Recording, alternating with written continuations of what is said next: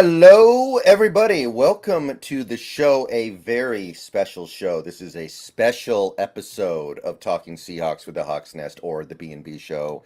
We're doing things a little bit differently tonight. So, to those of you who are here, I hope you're excited to hear all about what is going on in college football so far this year. Me and Brandon are going to break it all down for you. So, Brandon, how are you doing tonight? I'm doing great, man. I love these kind of shows, so I'm all Hmm. in. Right. So, there's a tiny bit of housekeeping, just real quick before we get into the draft stuff.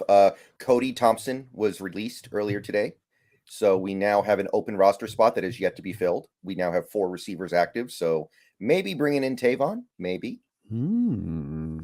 Last minute Mhm. signing of Tavon before game time. Give the Giants the ultimate curveball there. Let's see it. Absolutely.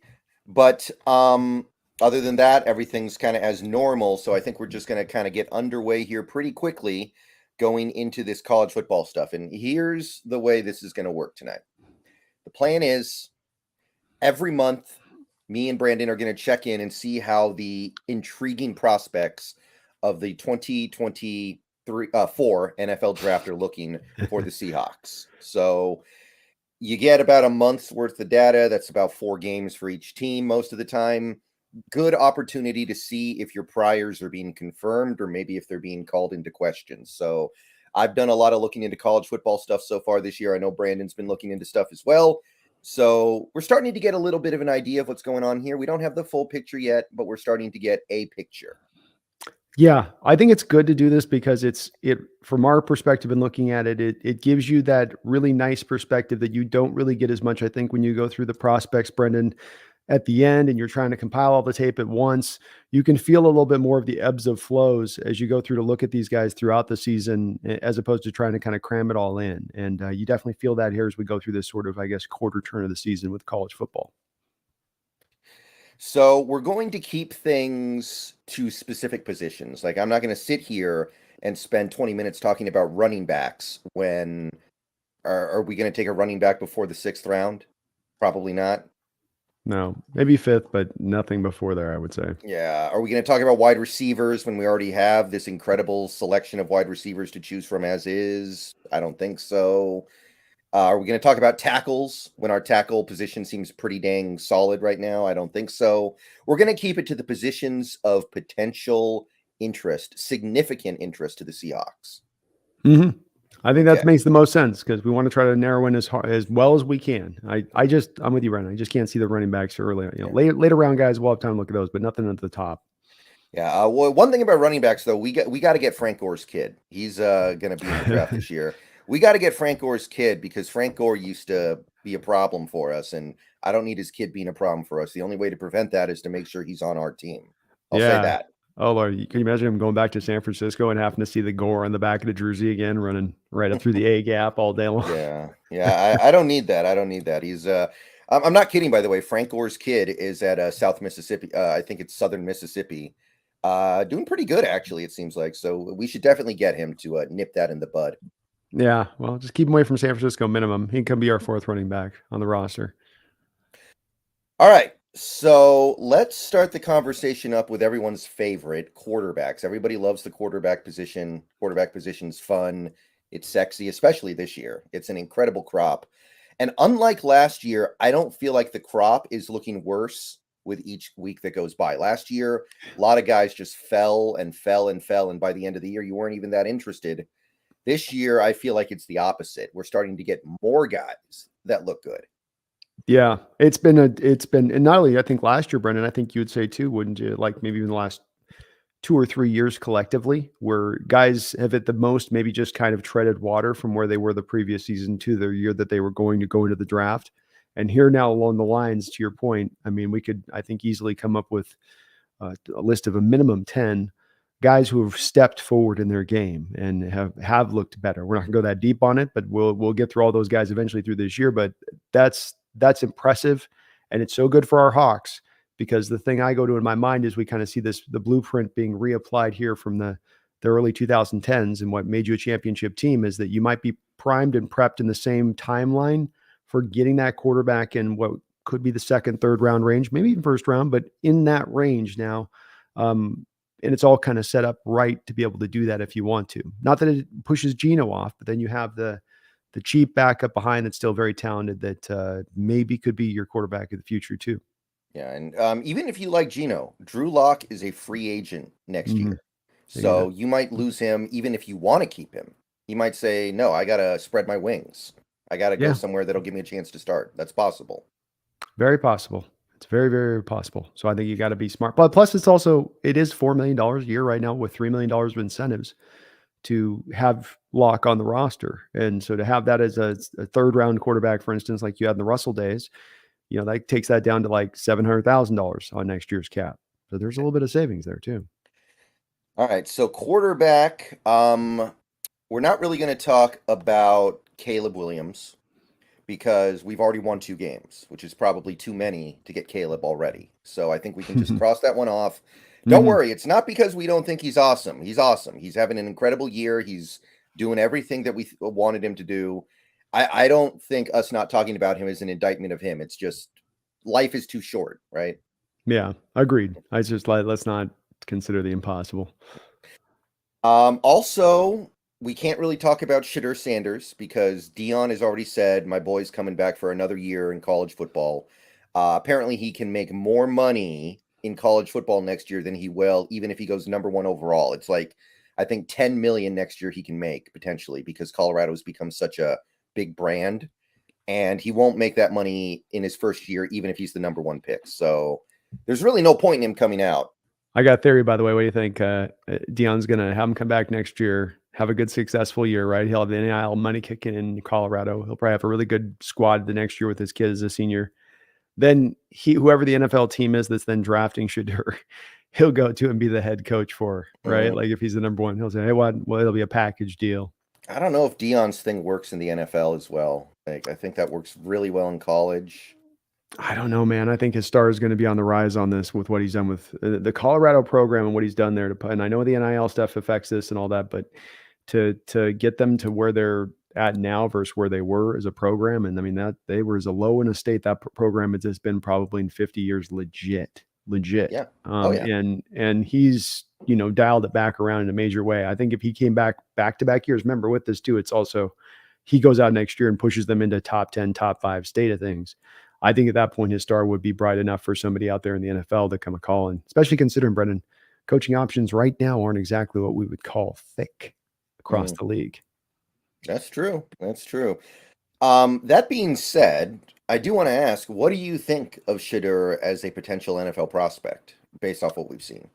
I've been tremendously impressed with him. Toughness in the pocket, an ability to throw off platform and still deliver the ball with velocity. He stays on top of his throws with his arm. He's a guy that's very much got clean fundamentals and mechanics. He's the kind of guy that would be like a son of a former pro who has access to the quarterback trainers and guys that can make sure that from very early on to now where he's at, he's mechanically very sound. So I love what he's working with. He's got the mobility and he's got the suddenness to him that you would love to have in quarterbacks in this era. It isn't like Lamar like, but it's also very, very, very good. And he throws with a lot of power and accuracy on his throws. Decision making a little bit, but the other thing is that part of that whole changeover here with Colorado program is that offensive line is just horrific. So he's under so much duress back there, yet excelling within it. Part of what also really impresses me about him. Yeah, I like him a lot too. There's a lot to like there. The only thing is the clock in his head is kind of broken. It doesn't it's not where it needs to be quite yet. I do think that he'll look a lot better when Colorado gets a real offensive line because their offensive line right now is a bunch of 1 stars. Yeah. Next year they'll probably fix that, but the only thing that I've noticed in the negative about Shadur is just the clock in his head. Sometimes he holds onto the ball too long, but everything else I'm seeing it with him. So going to be very interesting. Right now, him and probably Cade Klubnik are the most interesting 2025 QBs. There are going to be a lot of other guys, of course, but those 2 guys are going to be up there. Cade Klubnik. I haven't checked him out. Who's he Yeah, at? He's a Clemson. He's the young guy they Oh, got oh yeah, over yeah. from No, Clemson. okay. I've seen him a little bit. Is he playing right Yeah, now? yeah. He's playing. Okay. He's playing okay. That was Clemson's offense has been better than we thought it was going to be. I have seen him for a couple of snaps out there, so I hadn't put the name together with it, but yeah, he's looked okay for them. That Shipley kid's He's a little, you know what I mean? He's one of those little jitterbug guys, isn't he? Just like dipping and dodging. Another one of those little Sproles, guy that went to the Cowboys types. He's probably a little taller, but not by Yeah. much. All right. So hopefully in a year we're still doing this show and we have the opportunity to really dig into Shadur because he's going to be really interesting next year. Agreed. Yeah, definitely in contention for number one spot at that point if he waits that long. All right. So the quarterbacks I want to focus on, and we're just going to try to keep it to guys that are moving up in our eyes or moving down in our eyes. So here's my first guy that I think is kind of moving up in terms of my perception of him. It's Quinn Ewers of the Texas Longhorns. Last year, he was a handoff machine. He was like Jimmy Garoppolo. He just gave the ball to Bijan, he gave the ball to Roshan, and watched them do their thing. This year, his completion percentage is up. His numbers are up. He's being asked to do more. He's gotten rid of the turnovers. He went into Tuscaloosa and beat Alabama, although maybe Bama's just not that good this year. Their defense is still pretty good. Yeah, no, I think that's still legit. That's still legit. Yeah. He made NFL throws. He was throwing it deep on that Alabama secondary. He was hitting deep shots down the field. He's got his mobility seems like it's come up a bit from where it was last year as well. He's showing that at least a little bit. So yeah, Quinn Ewers is I'm starting to see why preseason had him with a first round grade. Yeah, I went back in and have watched him. I'm still a little bit slow to warm up on him fully. I can't deny what he did in the Alabama game where, he was prescient and he was so good in what he was pulling off. But at the same point in time, though, like some of those deep throws with him, it's, it becomes like everything's kind of a touch throw. Everything's kind of just got this, I'm going to sort of have to loop it up and over the top. There's not this point where I ever feel the kind of the velocity or arm strength coming off of him. It starts to feel a little bit like, at times where you get like, to me, a little bit of Tyler Van Dyke, where it's just, you're just trying to kind of get it into that perfect right spot. And the accuracy is great. And it helps them in their throwing manner in that style to really allow them to put the ball right in the spot, even on deep throws. But I don't know if it allows him to make a deep throw of like 55 yards. I think it allows him to make a deep throw of like 45 yards, if that makes any sense. Okay. And the mobility, while improved with his 20 pounds of lost weight this offseason, is still not particularly good, especially considering some of the other quarterbacks that are available in this draft. He's still not a guy getting away from anybody. He's not going to do much in the open field. If he sees a hole he can scramble through, he'll take it and get up the field and go go make it. I love his decision making and accuracy stuff you just talked about a little bit. That certainly has been good, but I'm still a little bit slow to warm up on this kid because I don't see the plus arm strength really, and I don't see anything I don't see special accuracy without the that lack of that. So has me a little unsure with it. Yeah, I'm definitely not elevating him to like the Caleb or even Drake May tier, of course, but I'm starting to see it. I'll put it that way because this guy kind of got off to a rough start in his college career. He was a big time recruit, and I think he went to Ohio State and he never played, and then he just went to Texas. So he got off to a rough start, but I think he is trending in the right direction here. I think I like his arm a little bit more than you do. I know it's not Joe Milton. It's certainly no Joe Milton. But I do think his arm is pretty decent. One last little thing to watch for with him that also bugs me is the feet in the ground. He's a like 1 foot throw. Like JT O'Sullivan often points to this, like, I want both feet in the ground when you're making your throw. And he's often got one little foot up like a ballerina does. And then the secondary part you usually like to have is the guy tracking his front foot forward to the throwing target. So, where you put that front foot is where you're throwing the football. And really often that it's like we talk about Garoppolo, you just mentioned Garoppolo. It's like that front shoulder opening up thing too prematurely, where he starts to get up on that front foot with the tiptoe, shoulder throw opens up. And now, like with Garoppolo, the accuracy is really nice on those short throws, but then he starts to cost himself on the velocity factor when you kind of do it that way versus what I think is more wanted from the fundamental approach there. Yeah, that was the Trubisky thing, right? That's what Trubisky would do. He wouldn't have both his feet on the ground when he threw. He was a fallback guy, so it was back foot. With Garoppolo, I'll give him this. It's a purposeful thing. With Trubisky, it was, dear God, look at these big human beings coming at me. I've got to get away from them. Let me just make sure I don't get hit when I throw. That was where all that was that, maybe you don't have So I know that Bears line wasn't great. Don't get me wrong, but maybe some of the toughness factor wasn't there. But with this, it's more of if I open up this, it's why I call them dart thrower quarterbacks, because it's like when you're you're throwing the dart, your shoulders are front and open up, and you're throwing it like this. Whereas if I'm a quarterback, it's this snapping across, and there's a real difference in the way that throwing motion goes. So when he opens, he can dart it in, and he can, even on those deep throws, he can sit back and go boom, boom, and loop it up over, and it's just and he can just put him. But you are robbing some of yourself. And in the NFL, there's times you've got to put that ball in there. You got to lace it in there, where you can't always just kind of dart throw it in with a little bit of that, and it doesn't work. So it's the part that has me still a little bit down on him.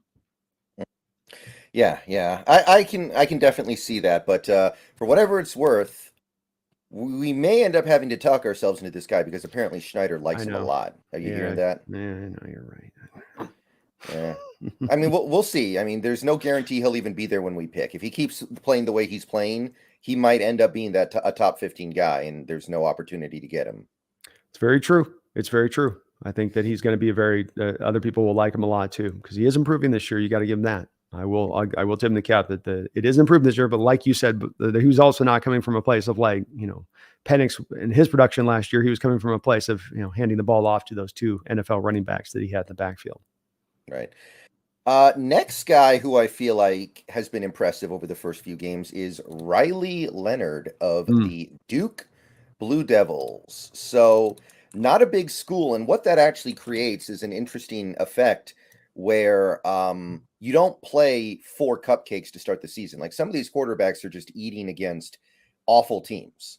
But Riley Leonard actually had to play Clemson's defense already. They had to play a couple of other pretty decent teams. Duke was not a powerhouse.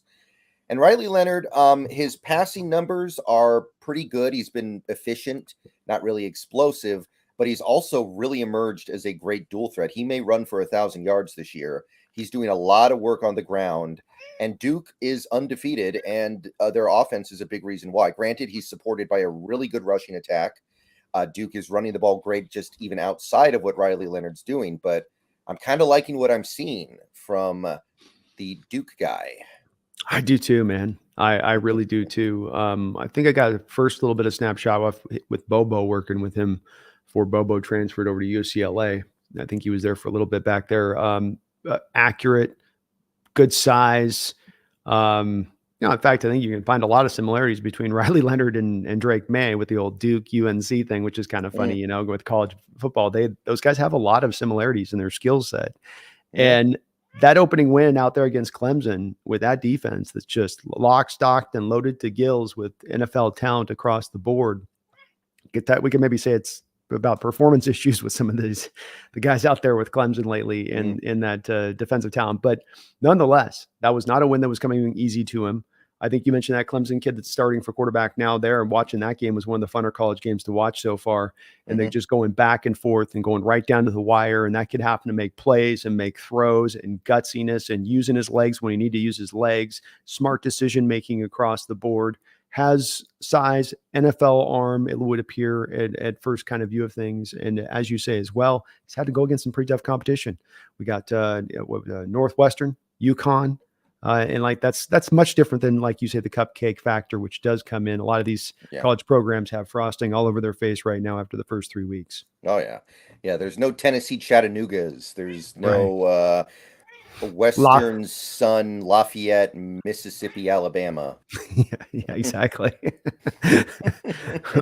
Otis Word or Denor Lenore.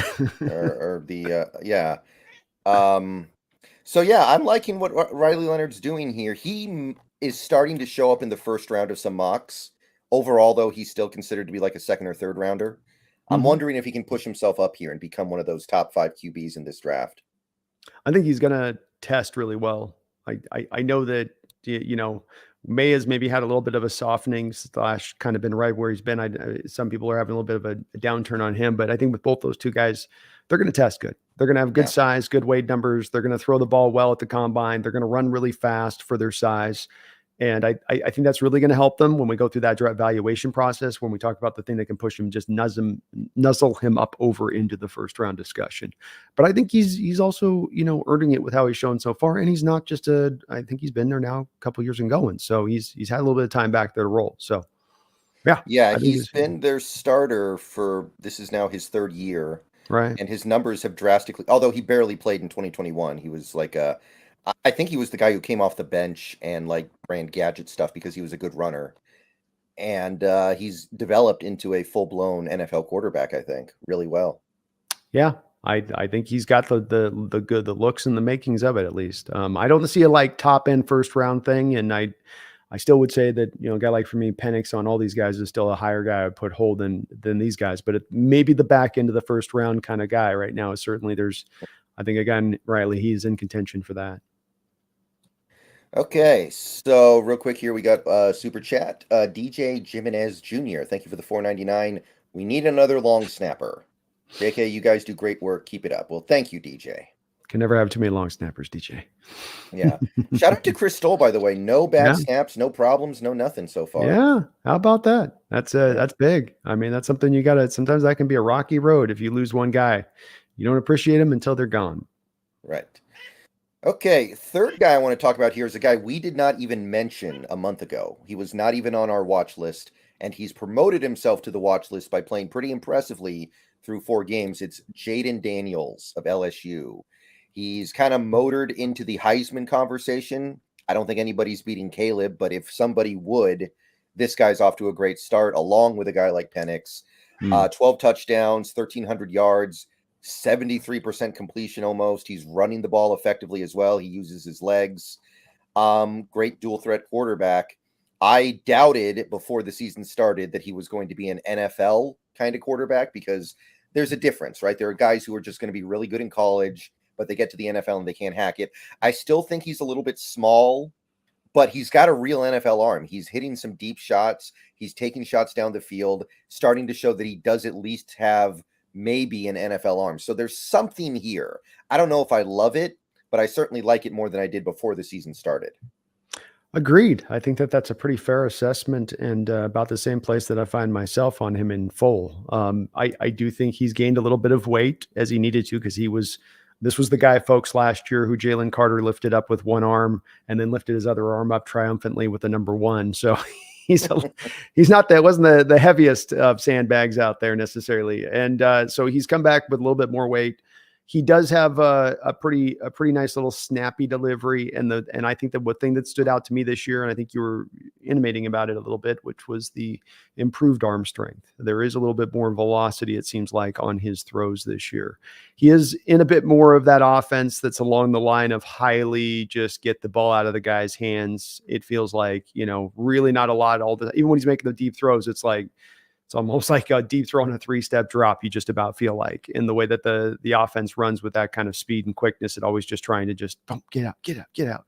But he has made some really nice throws. I still think you're right though on your final conclusion there that I'm not sure that he's quite gotten himself into a state we could talk about as a second, third round kind of cat. I think, 4th round and onwards would look like his trajectory at the moment to me. But man, Florida State, Mississippi State, Arkansas, he's played really well against some very tough competition here early on to begin things. So maybe not to be undersold on that too. Yeah. I mean, as of right now, this is a day 3 guy, but that's better than what I thought before the season started when he wasn't on my radar at all. So Yeah. again, it's stock up. It's not our favorite guys necessarily. Yeah. And certainly a guy that could be in line for something that we look at. Definitely, with the improved arm strength now, I think that definitely puts him in line a little bit better in that spot of things. Okay. My final stock up guy is a local favorite. People are going to get excited for this one. Ooh-wee, look out. Yeah. Some people are going to get up for this one. It's Cameron Ward Yeah. of Washington State. Hell Through yeah. 4 games, Wazoo is 4-0, and they've played at least one good team in Oregon State. So it's not just a cakewalk. His numbers are up there. He's got no turnovers through 4 games, 13 touchdowns, 1,400 yards. He's showing off some stuff with his legs that he didn't really have last year. Last year, he was kind of almost like a power runner. He just would run for like the tough 1 or 2 yards. This year, he's actually running forward for more significant yardage. he's really improved in pretty much every area, I think. So we have an NFL quarterback here for sure. For sure. And of these other guys that we've talked about so far, Ward for me is the guy that I think I like the best right now. And maybe it's my Washington bias seeping through here, Brendan. But I mean, Penix is still, I would have put a little bit higher, but what he's doing and how he's doing at the start this season. I mean, let's just take Colorado State to start the first year, 37 of 49, 70, almost 76% completion percentage in that game. He's carrying a 75% completion percentage for the year, 13 touchdowns, no interceptions, almost 1,400 yards passing through 4 games. It also he has Colorado State and Oregon State on there. So at least, relatively Wisconsin on there. I mean, he's another guy to me that is pushing himself up and maybe entering into that first round discussion of things. The places I like about what I saw from him, you mentioned the mobility, which is nicer to see this year, is more of a part of his game. I think he had that last year, but he's one of those quarterbacks that I'm going to get what I'm going to get done here from the pocket. He trusts his arm. He knows he's got a nice big arm, so he's going to sit back there and let it rip. I like the tightening up of the delivery this year. It doesn't feel as loosey-goosey. It feels more compact, and it feels like the ball is still coming out with a really good amount of velocity when I watch him. His navigation in the pocket, climbing the ladder, moving left to right to kind of just shake a defender coming past him. He's got beyond being mobile down the field, he's got a good feel in the pocket of how to kind of just find his places and where he can go and what he can do. But I love what I see out of him, and another guy that could be on Seattle's radar. I think he's related to. I'm not sure. I heard he's related to Quandre Diggs, so I don't know if they're cousins or something, maybe. But I think that's correct. I definitely think this guy has been very impressive, and now doing it now for a second straight year, improving upon what he did last year, having a good year last year at WSU, and now putting it down for a second straight year, which is something that's big for NFL evaluators when they're not just the 1-year wonder. They've done it for a couple of seasons. And you wouldn't exactly call WSU's offense loaded with 5-star talent, would you? No, you wouldn't. And that's where it's, he's having to carry away that more load. I love what Penix has done. But Penix has got some straight dogs to throw to on the outside, and so it is a little bit of a different scale when you don't quite have exactly that. But he's making gutsy throws, and he could put it into a tight spot. He can make every NFL throw, I think, with Cam Ward. I really like what I'm seeing from that guy as a second-year forward. He's been one of those guys that, in my opinion, has taken not just a step forward, big step forward in what he's done. Between the mobility and the tightening up of his mechanics a little bit. Mm-hmm. Yeah, we've come a long way from Incarnate Word. Yeah, we have. Those days are long gone. I remember watching the Apple Cup last year with him, and obviously the Huskies won, but I came away from that game thinking I really like the way how Cam Ward is maneuvering around in the pocket. I really like the way he's not using his legs to run for yards. He's using his legs to buy time and give himself a chance to make something happen later in the rep. And we're seeing so much of that even more this year. I think he's even last year I was starting to be pretty impressed with what I saw. But yeah, there's something really nice going on here with Cam Ward. I think it's pretty legit. It's such a little skill, Brendan, because it's one of those ones you don't. Number one, it doesn't always stand out to the average fan really quickly and easily because he took just one step to his left and he threw. What did he do? He just took a step to his left. Yeah, but that step to the left that he took was the same one that gave him the extra half second there to then get the ball off and throw it in. If we want to relate this to what like Gino's doing right now, a lot of what he did with this issues we had with tackles over these last couple of weeks is a little more of I'm going to fall back a bit, and not in the I'm feeling ghost thing. He's doing it purposeful. It's one thing when the guy's doing it going it's another thing when a guy's going okay, pass rush is coming back. Hold on a little bit. And then I'm going to let it go, where he knows the throw he's going to have to make. He can plan on what he's doing there. And that's what you get with Cam is that same thing, whether if I got to take a couple steps up or I'm over here and then the ball is out. And it is the part to look for in his game. That's a part that a lot of quarterbacks really struggle to develop that skill. They'll be bailers, even good, highly mobile guys. They'll just want to always get out and go. And that sometimes is not the proper move when just a simple soft step here or there can save the day. Right. Okay, so those are my stock up guys. I do have a couple of stock down guys that we can take a look at real quick here. First guy I have is KJ Jefferson of Arkansas. It's not a ton to do with him. It's just more to do with the fact that I really like the way the Seahawks offense is playing right now, and I don't want to completely change it for somebody who plays completely differently than most quarterbacks. Yeah, he's broadened the completion percentage up a little bit this year, which is what you were hopefully looking for him to do. The interceptions have been rearing their head over the last 2 weeks, Right? a little bit more. They, Yeah. What's happened to his running, by the way? He's having his worst season ever running with the ball. It's he's averaging less than he's averaging 2.7 yards a carry. The last 2 years he's averaged over 4. Something's up there. It seems like he's just not running efficiently the way I he used even to. even if you look at his couple of years though, even at 4, like at the college level for a a mobile quote unquote quarterback, at being only at 4 yards a carry is kind of low in itself, even below that 2.7. My argument on that would be that, or to be, my take on that would be that he wasn't really all that mobile to begin with. He looks like Cam, and he does Yeah. the whole wear the towel and wear the number one thing. So he's trying to look like Cam. And it's Right. just that he's not as fast as Cam. He's not as big as Cam.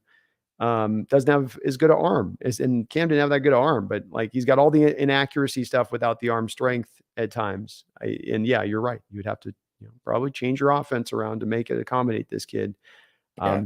He's just never. We've been watching him now for years, man. We've been looking at KJ for years, waiting for him to kind of come forward, and he's not been necessarily. I wouldn't say just bad, but it's just not No. been No.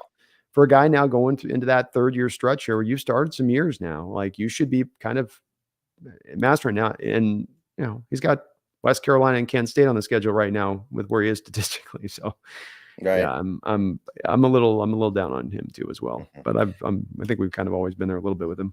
Yeah, we've been aware of the fact that it would require the Seahawks to be doing so badly they'd want to just completely change their offense, and that's not happening right now, not at Right. all. Exactly. The other guy I'm a little down on would be Grayson McCall of Coastal Carolina. He's actually off to the worst start of his career. I think if you look at the numbers, like his completion percentage is down, his efficiency in general, his effectiveness in general is just down. And he's playing for Coastal Carolina, so for him to be impressive, he has to be completely insane with the numbers, and we just haven't seen that yet. Yeah, you come out against UCLA, and that's your litmus test to begin your season. You're going to be playing the next 3 weeks after that Jayville State, Duquesne, and Georgia State. And UCLA kind of holds him up there. He gets 42 attempts, 271 yards, a touchdown, and 2 interceptions. The accuracy thing is the surprising thing to me. Quarterbacks typically get more accurate with time in college, not less accurate. And he's already an arm challenged quarterback. He starts losing the accuracy thing. He's going to start losing any kind of the day 3 quarterback prospect thing and get into undrafted for City here really fast, which is where it's moving to a bit. Only 5 touchdown passes on the season through 4 games. I think that, Grayson, another guy that's had a little bit of time and played a good amount of college football, definitely stock down. Yeah. That's all I had for quarterbacks. Is there anything you want to talk about vis-a-vis college football quarterbacks? Well, just one more thing on the Michael Penix, because I think you're in more of a state, if I'm not mistaken, of being kind of rather than stock up or down, he's kind of maintained his stock. Yeah, last year I felt like he was going to be a high second rounder, and this year I still kind of feel like that's the case. So if the season ended today and then 3 months from now we were at the draft, you think he'd be a second rounder as it stands? I wonder if a team would do the first rounder with him. I personally don't like him like that. I like him a lot, to be sure.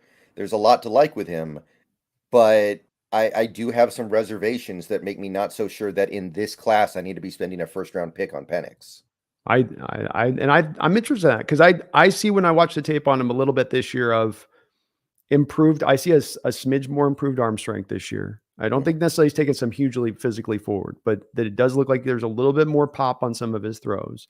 Do you think that that's inaccurate from your eyes? That it's been more, it's about where it was last year. I do think the arm strength is up. My thing is, I feel like what he does a lot right now is he just throws it up and knows that his superstar wide receivers are going to go up and get it That's because fair. they're so much better than the defensive backs they're going up against, especially early in the season when you're playing teams like Cal and Tulsa and teams like that. And you've Yeah, got Jalen McMillan, Romo Dunzy. And by the way, Jalen Polk is starting to get I some was gonna serious say. hype. Yeah, Yeah. Polk's right in there. He's that Yeah, it's almost like the situation back in the early '90s with the running backs, where you had Lewis and Greg Bell, and then we got this youngster Napoleon Kaufman too. It's like that, but for the receiving core, with Right. the top two guys, and then you got this Pope kid. Because every time I turn on the tape, he's freaking making some insane. They're making some insane catches. Yeah. Those all of those husky receivers are like trying to one up each other. It's Yeah. crazy. So I look at that and I go, is that going to work in the NFL? I'm not so sure. The left-handed thing is also kind of weird, although I don't mind that as much as some people do. I know some people that's a big turn off. I'm I not think there with it. it's exacerbated by the Phillip Rivers throwing motion at times, because he still gets into that sidearm balls coming from here like you throw a knuckleball in baseball kind of thing. And I think that it just makes it look even more stranger, I think, when it looks like that. Yeah, and also there's the fact that he has an injury-prone history, which is a big reason why the Huskies have this offensive system where he almost never gets hit. They're Mm, like, we can't mess around with that. Just don't it's get fair. hit. And he's also an older prospect. I think you add all these things together, and it's fair to say first round in this QB class, it's just not necessary. I think those are all fair points, man. It's all fair points. Okay. Yeah, no, I just want to mainly pick your brain on that. I think we basically covered the quarterbacks that I think have done up or down right now as it stands. Bo Nix, I think, has been very impressive with what he's done Mm, so far. He seems to be taking some steps forward as a passer, which he was so yeah, rough in back at Auburn. I mean, that was just such the part of his game where it's like, man, this guy just doesn't have any feel for throwing the football. He's just like, he's got an arm, but he doesn't have any way and understanding of how to use it. Like he's got this gift, but he's just like, I don't know what to do with this thing. But he has looked a little bit better out there in Oregon this year, and they yeah, certainly look good themselves. yeah. I'm still getting like Taysom Hill vibes from him, but maybe Those by are the end of the fair. year I'll change my mind. That's fair, man. He's got to prove it and show that he can do it. Because I think the arm thing for me, when people talk about him being a second round talent, I'm like, I don't. He ain't gonna layer any throws. He's not gonna really throw a lot of touch. Everything's just gonna be, it's a little bit like Levis was last year, where it's like, yeah, it's an NFL arm, but it's just everything's coming in at you at 95 miles an hour, and sometimes you got to throw an off speed pitch. I'm doing baseball Right. references because I keep saying it. We got the Mariners tonight. I keep seeing your sure. Okay, so we're going to move on to the next position that I think the Seahawks should be thinking about heavily right now. It's tight end. Mm. Tight end. Um, Disley is in the last year of his deal next year. Fant is a free agent. Parkinson's a free agent. Like, we may end up remaking our entire tight end room this offseason. So I think the fact that we need maybe multiple tight ends next offseason is clearly the case. Mm-hmm. Yeah. Agreed. Yeah, I think it's well, not even one, maybe two. Yeah. It wouldn't shock me if we need three. Like, Disley could be a cap casualty pretty easily, I think. We're going to have to create some cap space from somewhere. That part's for Hmm. sure. Okay, so I got some stock up guys here. These are some guys who are impressing me. Like, we're not going to really talk about Brock Bowers here too much because he's another guy who's almost definitely a top 10 pick. And to me, he's just continuing to prove what we already knew about him. He's awesome. He's having a good year so far. He's doing the thing. He's great. Maybe the best tight end prospect ever. But I don't see us having any opportunity to get him. No, he's not. He's not going to be in play. Yeah. So this first guy is generally considered to be the second best tight end in this class, and so far I've been pretty impressed. It's Jatavion Sanders of the Texas Longhorns playing with Quinn, and he's been very explosive this year. He's had 200-yard games. He's averaging 22.3 yards a catch. So he's been a big play threat for that Texas offense that is letting Quinn throw it a little bit more than last year. Last year, it was a lot of short stuff. It was a lot of quick stuff. So we're seeing some more big play threat from Sanders. Seems like he's doing an okay job blocking. I don't really think that's his game, but it's not Mm-hmm. terrible. Mm-hmm. So I think Jatavion Sanders is showing that at the very least he belongs in the conversation as a first round pick. He might be. He is a complete tight end. He's got fairly good size, 6'4", 240. I think he's a little more H-backy when it all gets said and done than an inline guy. But he's that quintessential tight end H-back type that is really got the wide receiver and slightly a tight end body, but he's completely rocked up. And so he's, like you said, with the blocking, he can give you run blocking or pass blocking and actually passable in both of those two elements. He really does well to absorb contact after the catch or on the catch at the catch point, where he can be jostling around, but he's just so strong and steady in there that his hands are so good that he's going to hold on. He also adjusts his body really well making the catch. He's got those kind of that acrobatic ability to turn back, move back to this way, switch back to that, react to things pretty quickly. Love what he does catching the ball. Love him as an overall player. I think he's probably to me a high second right now as I look at him. Mhm. But if he goes out there at the combine and runs some 4.45, he does have a lot of burst to him. So he could very well go out there and test really crazily. But he is still down at 240. So he is a little bit in a tiny bit of that tweener phase of things a bit, Right. like I think he's going to go to the combine and he's going to be like 235. And then you go, well, the verse having your normal tight end up at right 260, 255, 260 ish, that's the part where I wonder about on him, but a very Yeah, good there. player. Yeah. Do you feel like he'll end up playing in the slot a lot, like some of these tight ends do? I think so. I think so. Yeah. I mean, and the H-back's okay too, because the H-back's become a fundamental, normal part of every football offense, and so you're okay. You're not up on the line of scrimmage, so you're off ball, so you're not getting worried about jams because with your lighter weight, they're going to try to get their hands on you defensively to disrupt your routes. But there's a place, yeah, a little bit of it will also be out there at the slot, too. I mean, hell, you talk about a guy you could eventually flip into being a fullback, and you want to start working in fullback looks like we use with how we put those tight ends in the backfield. I mean, this is the kind of guy that would work well. The basic point coming back to is you're giving him good, clear releases, letting him utilize his burst and get up the football field because he eats up so much turf so quickly for a man his size. And he's so good. You can throw you can kind of just do the trust tree throws to him, right? Right. He's a very good guy. Just like the guy's not going to pick it off. Whoever goes up there, they're going to do an all they can to just try to keep him from catching the football. All right. So liking what I see from Sanders, also really liking what I see from this next guy, one of my favorite guys in college football so far this year. Ooh, I okay. really like this guy. It's Cade Stover of Ohio State. This is if you need to replace Will Dissly this offseason, this is the guy in the draft who I'm like, this guy could be Will Dissly. He's been a shockingly big part of that passing attack, and it's not easy. It's not easy to take passes away from Marvin Harrison Jr. and what's the other guy's name? Emil Abuka. Abuka. Right. So it's not easy to make headway as a pass catcher in that offense, but he's averaging over 4 catches a game. He's had a couple of big games already.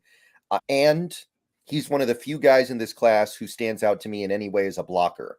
This is not a good class for blocking tight ends, but this guy, at the very least, I see the potential. He's got the Will Dissly size. He's like 255. He used to play defense, so he's got that, he's got a little bit of a mentality in him. He used to be a linebacker. So I Mhm. feel like you get something from that you don't get from a guy who's always played offense. I think he's right now better blocking in open space opposed to blocking on the line, but I see the potential for him to get there.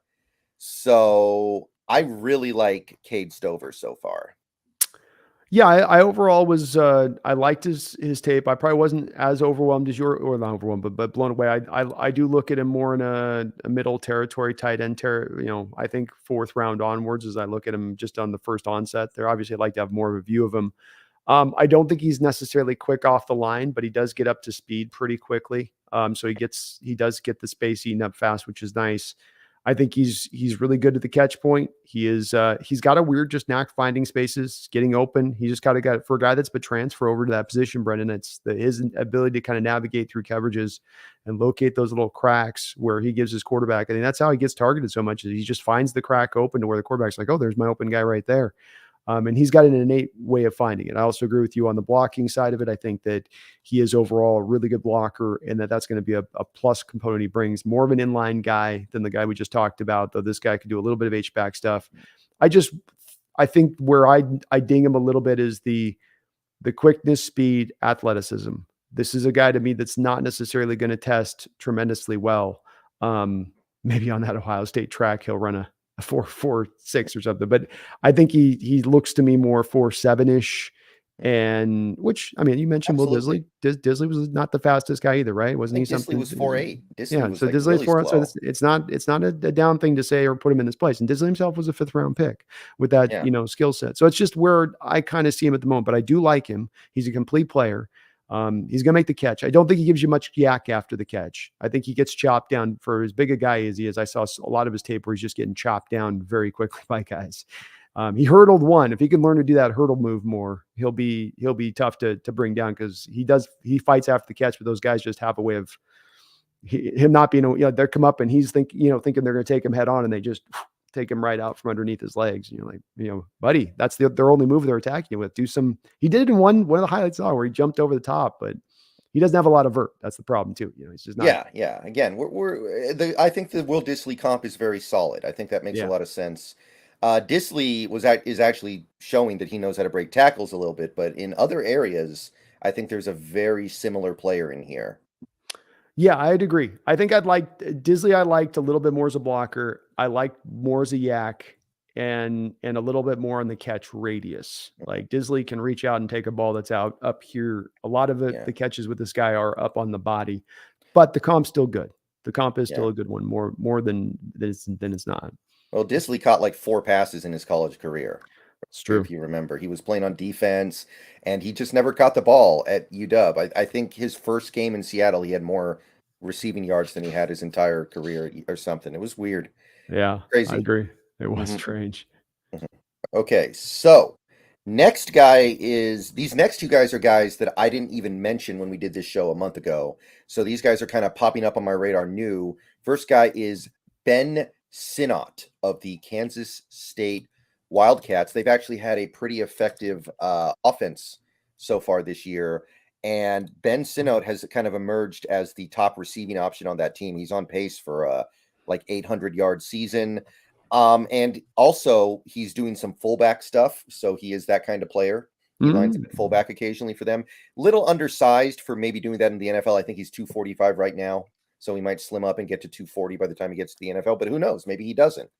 Kansas State is running the ball really well also to start the year, and I think Sinnott is part of the reason. I don't think he's an amazing blocker, but I think he's capable at it, more so than a lot of these guys that we look at the tight end spot. So I'm liking what I see from Ben Sinnott so far.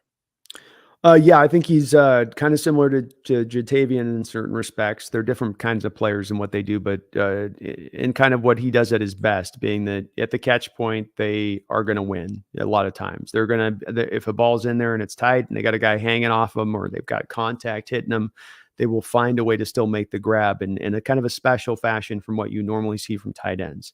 A lot of guys will just, the second they get jostled or touched, they're going to drop the ball. So these guys are definitely different from that. I also think that he's really athletic, like we saw from Jatavian. He's got a really nice way of, in his releases, getting off of the line of scrimmage smartly. He does a great job of getting skinny off the line, twisting his shoulders, dipping his shoulders, getting away from the physicality where people, teams are going to try to, like say, disrupt those routes. He changed it up on him. He wouldn't always do the same thing, but he always found a way to get himself off the line of scrimmage free and clear, even when he wasn't in that H-back kind of role, even when he was in an inline state. And I think that's really going to help him at the pro level be productive, I think, really fast. As a pass catcher, I have no doubt that he's got NFL skills with those really good hands, good route running, good releases, athletic. I do knock him a little bit more on the blocking. I think he's going to struggle a little bit more on the tape than what I saw from him. But it's not that he's a bad blocker. I just don't think it's going to be necessarily a plus part of what he does. But he has, to me, some similar, a guy like Sam Laporta last year, not the same kind of prospect. Laporta had different skills, but landing into kind of some similar kind of zone of a Laporta in last year's draft to me, where he lands, not the type, just in how he's viewed. I could see something like that for him. Yeah. By the way, understand that this is more of like a 5th round guy. This is not somebody who I think is going to be a day 2 pick even. Right now, I think he's projected to be like a 5th or 6th round pick. The Seahawks may be in a position where they need to find a tight end in that area of the draft who immediately makes a meaningful contribution, because, you start thinking about, okay, we're going to need a quarterback of the future. We're going to need some defensive linemen. We're going to need linebackers. Suddenly you're down in the 5th or 6th round and you're like, hey, we need a tight end who's ready to play this year because we don't have any anymore. So guys like this are important, even if they're not ever going to be superstars. Yeah, I mean, and you could do it back like we've seen them do in recent years, where they've done this with corners and running back, where they draft multiple to a position in just one given draft. So this could also be a draft where we see a Cade Stover and Ben Sinnott go, in back-to-back rounds for your Hawks because they need to fill that need, like you say. I think this is likely to be a place they address, and these guys, even in these middle tier reaches, are likely to be guys they target, and they bring something to the table, which is what you're wanting from them. Help to bring us back here. We're not having a huge drop off with the guys we've lost, so that we can maintain these very necessary 2 and 3 tight end sets. All right. Last guy I'm stock up on. This is another guy that we did not know that I was not really aware of until the season started. It's Benjamin Yurosek of Stanford. Ooh, always killing it with the names, Brendan. Brendan's Yeah. always killing it with the names. Yeah, he's 6'5", so I guess he's the shortest Stanford tight end ever. Yeah, Like that's actually disappointing for a Stanford tight end. I know those are baby size. Yeah. Also 232, so he's unironically pretty light in the pants. He may have to do something about that. I think it's 220. Yeah. Really? 220. Okay, that's even worse. But I think he has a role that he can play on an NFL team. He's starting to become a guy who's going to sneak into like the 6th or 7th round, having a nice season so far in a Stanford offense that really doesn't have a lot to speak of. On pace to have the best season, probably the best season he's ever had. Could get up around 700 yards. I'm not crazy about it or something, but you could take him in the same area that you took like who was that one? What was his name? Steven Sullivan. We took him in the 7th round at tight end. Yeah, Moved him to a defensive end for like one game, and then that was the only time he ever played for us. I think that was a 7th round pick. If you could get a guy like Eurosec in the 7th round, I feel like you did okay for yourself. So as far as super sleeper tight ends go, I think this is one of the guys. I agree with you. I could see him a little bit later on. He's really a good pass catcher. I've got to give him that. He's a mini. You watching the Stanford off? He's like a mini sized uh, Colby, but he's got because he can go up there and catch it high, and he's got a good long big catch radius to him. He moves pretty smoothly in the open field, I think. So he runs pretty good routes because he's hard to kind of get a beat on where he's going, and where he doesn't give you any real good tells. Love how he tracks the ball. There's guys that, they track the ball in flight, especially the ball's 25, 30 yards down the field. And there's guys nuzzled up on them and where's the ball and getting their hands in just the right place or having late hands where it's like, I know where this ball's in, and then put those hands out. He's got a little bit of that to him where he just kind of could track a ball. And if he's got a defender on a hip and it's out in front of him and he can kind of slow up, Tyler does this too, right? Where if it's a deep ball and he'll slow up and kind of run into the back of the guy and then speed back up right at the time the ball's coming down, just at that right moment. And it's a little bit of that this guy does too, that I do like that in him. But like you say, probably a little later on, I don't think he's giving you a lot in the blocking game. He did do a really good job in the Arizona game in that aspect. But other than that, I don't think he's got enough sand in the pants to be able to hold up even as an H-back type blocker at the next level. Yeah. I mean, Colby was not really a blocker when he came out. I remember thinking like, this guy's never going to be a good blocker, and he's become a pretty good one. So stuff happens, but it doesn't happen all that often, I guess. Well, and if you're getting him in the 5th, 6th, 7th round, you're taking him at that point in a place where you're thinking I can give him a couple of years to add that weight. Colby, I think, came in here at probably 35, and he said he was up to now like 261, I think, this season. So these guys can gain that weight. They can add that. And once he does so, I mean, Colby went from a guy, like you say, I think it's accurate, wasn't that good a blocker in college, has now brought himself up to being above average blocker at the NFL level. All right, so those are my stock up tight ends. I've got a few stock down guys, a few too many. Unfortunately, some of the supplementary guys in this tight end class aren't really rising to the occasion, I feel like, through the first month. Yeah. First guy that I want to talk about here would be Jaheim Bell of Florida State. He's playing with a real quarterback, by the way, down in Florida State. They've got the Doug Flutie guy. Jordan Travis. Jordan Travis, yeah. And so far, he just hasn't been really productive in the passing game. He's got 10 catches in 4 games. Seems like kind of very much a tertiary target in that passing attack. And I don't believe he's much of a blocker. I don't really think that's going to be part of his game. Now, obviously, Florida State's off to a really good start this season. And some of it is potentially like this guy could break out once they start playing better teams. But honestly, Florida State's already played some pretty decent teams. They played Clemson and actually had to go into overtime to win that game. So it's not like this guy's on the sideline watching in the second half every game. So I don't know. Not crazy about Jaheim Bell right now. Yeah, I think the thing that stood out to me was in looking at this season, I was waiting on that Clemson game to see on some of that run blocking to get a little more certainty, and I think I came out of that with a little more certainty on him now, and did diminish his stock. If you look at that number, Brendan, that stands out on him in that Clemson game, the number 8, that would be the number of snaps he had as a run blocker in that Hmm. game. And I think Yeah. that tells you quite a tale there in itself in a big game like that you have this guy only on the field run blocking on 8 snaps. Means that coaching staff does not trust him as a run blocker, and the tape backs this up. He's a get him in space kind of tight end, a yak tight end. And so there's a lot of I got to manufacture stuff for this guy to begin with coming into play here. He's not necessarily like some of these other guys that we've talked about, the stock up guys that are going to go out there and run really nice, crispy routes. Um, He's got stiff hips too. I mean, that's the part why he's not a good route runner. It's why I think sometimes I have a hard time getting open. Is it just everything's very really tightly wound in his hips, and so it's very hard for him to. But yet he's also kind of a creative tackle breaker in his open field moves and whatnot. Just a strange kind of player, but I do think one that is dipping down. And I just don't think he's going to give you anything as a blocker. Yeah, he's listed at 230 on Sports Reference, which means he's probably like 180, I guess. Yeah, maybe so on that. Yeah. So undersized, like for this guy to be worth a second round pick, which is where he was before the season started, he's got to be a big time player in the passing attack, and we haven't really seen that yet. Yeah. Agreed. Yeah. Agreed. So that would be my first stock down guy. Second would be Brevin Spann-Ford of the Minnesota Golden Gophers. Hmm. Another guy who just really hasn't produced very much yet. He's kind of been slow out of the gate. I think this might be the guy that you said before the season started, you didn't even know if he should be a tight end or not. It might have been the Syracuse guy, but one of these guys you actually said they should just move him to receiver. But so far, Brevin Spann-Ford has caught 11 passes in 4 games for 63 yards. So it's like a short yardage receiver. So I'm not seeing much to be impressed with yet.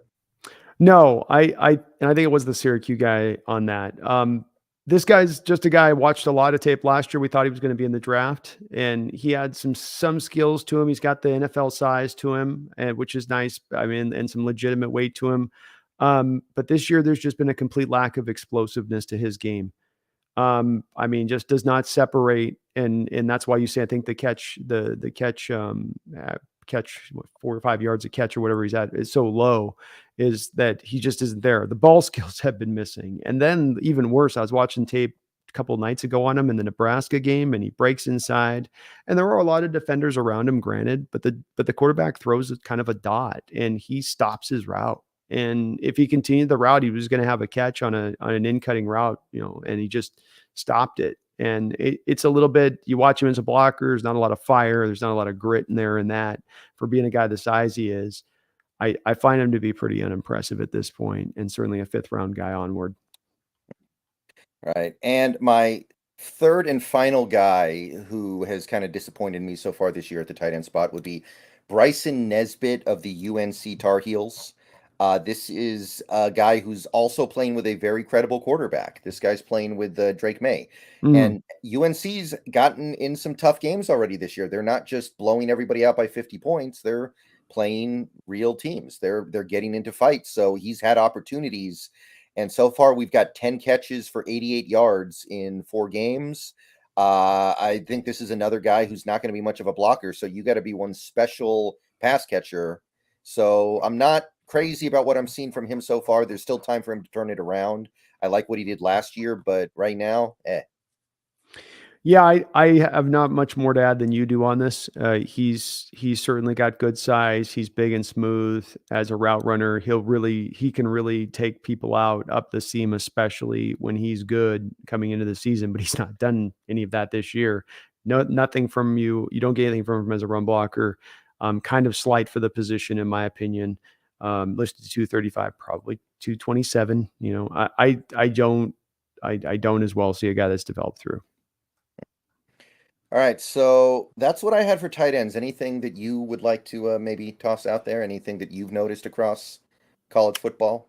No, I think the guys that we've mentioned on this are pretty much in alignment with who I'm aware of and who's cooking up. So there's probably a couple guys that we've missed, but there it hasn't been as good a class overall to me as it might have been with me thinking going into the season. I do like some of these guys like Sanders and stuff, but it has been a tiny bit underwhelming. Yeah, I agree. We've got a dono from ALG Investments LLC. Thank you for the 4.99. Why can't we play the Broncos this year? We would have scored unlimited amount of touchdowns. No, it's unlimited. And Russell chose that team. He could have gone to Philly, and he was like, no, no, no, no, no, no, no. I want Denver. I got a theory on that. Yeah. I think we've discussed this before, but it's the money, right? They weren't going to pay him the contract a year in advance. Roseman's no Right. idiot. Roseman's nobody's fool. I think that that's what it came down to, is that he didn't. Otherwise, what would be the reason? What would be the reason that Denver's a bigger market? It's technically closer to Russ's home where he played high school. It's probably the closest NFL franchise to where he played high school. So what's the reason why not? Other than Denver said we'll pay the money now when we bring you on in a trade, and Eagles said we won't, and there was probably competition between those two teams, and it's a no trade clause Russ had. So I'm definitely making some big guesses here, but I would bet dollars to donuts, because why else, Brendan? Think about it. He's got this line in place already there. Kelsey's still there. Lane Johnson's still there. They've got the guard there at that point. Brooks, I think, still there. When we're talking about this point. So like he's got an offense, Jordan Matilla, and he's got an offensive line. The thing they want, he's going to go to this other team that has a significantly worse offensive line, and do so. It's the only thing that makes sense to me, in my opinion, on that. Yeah. I mean, this is actually opening up an interesting potential scenario that I didn't think was in the cards, where the Broncos let Russ go because he doesn't fit in with their rebuild at all, because that team needs a rebuild more than any other team in the league. Yeah, They need to agreed. just rip it all down.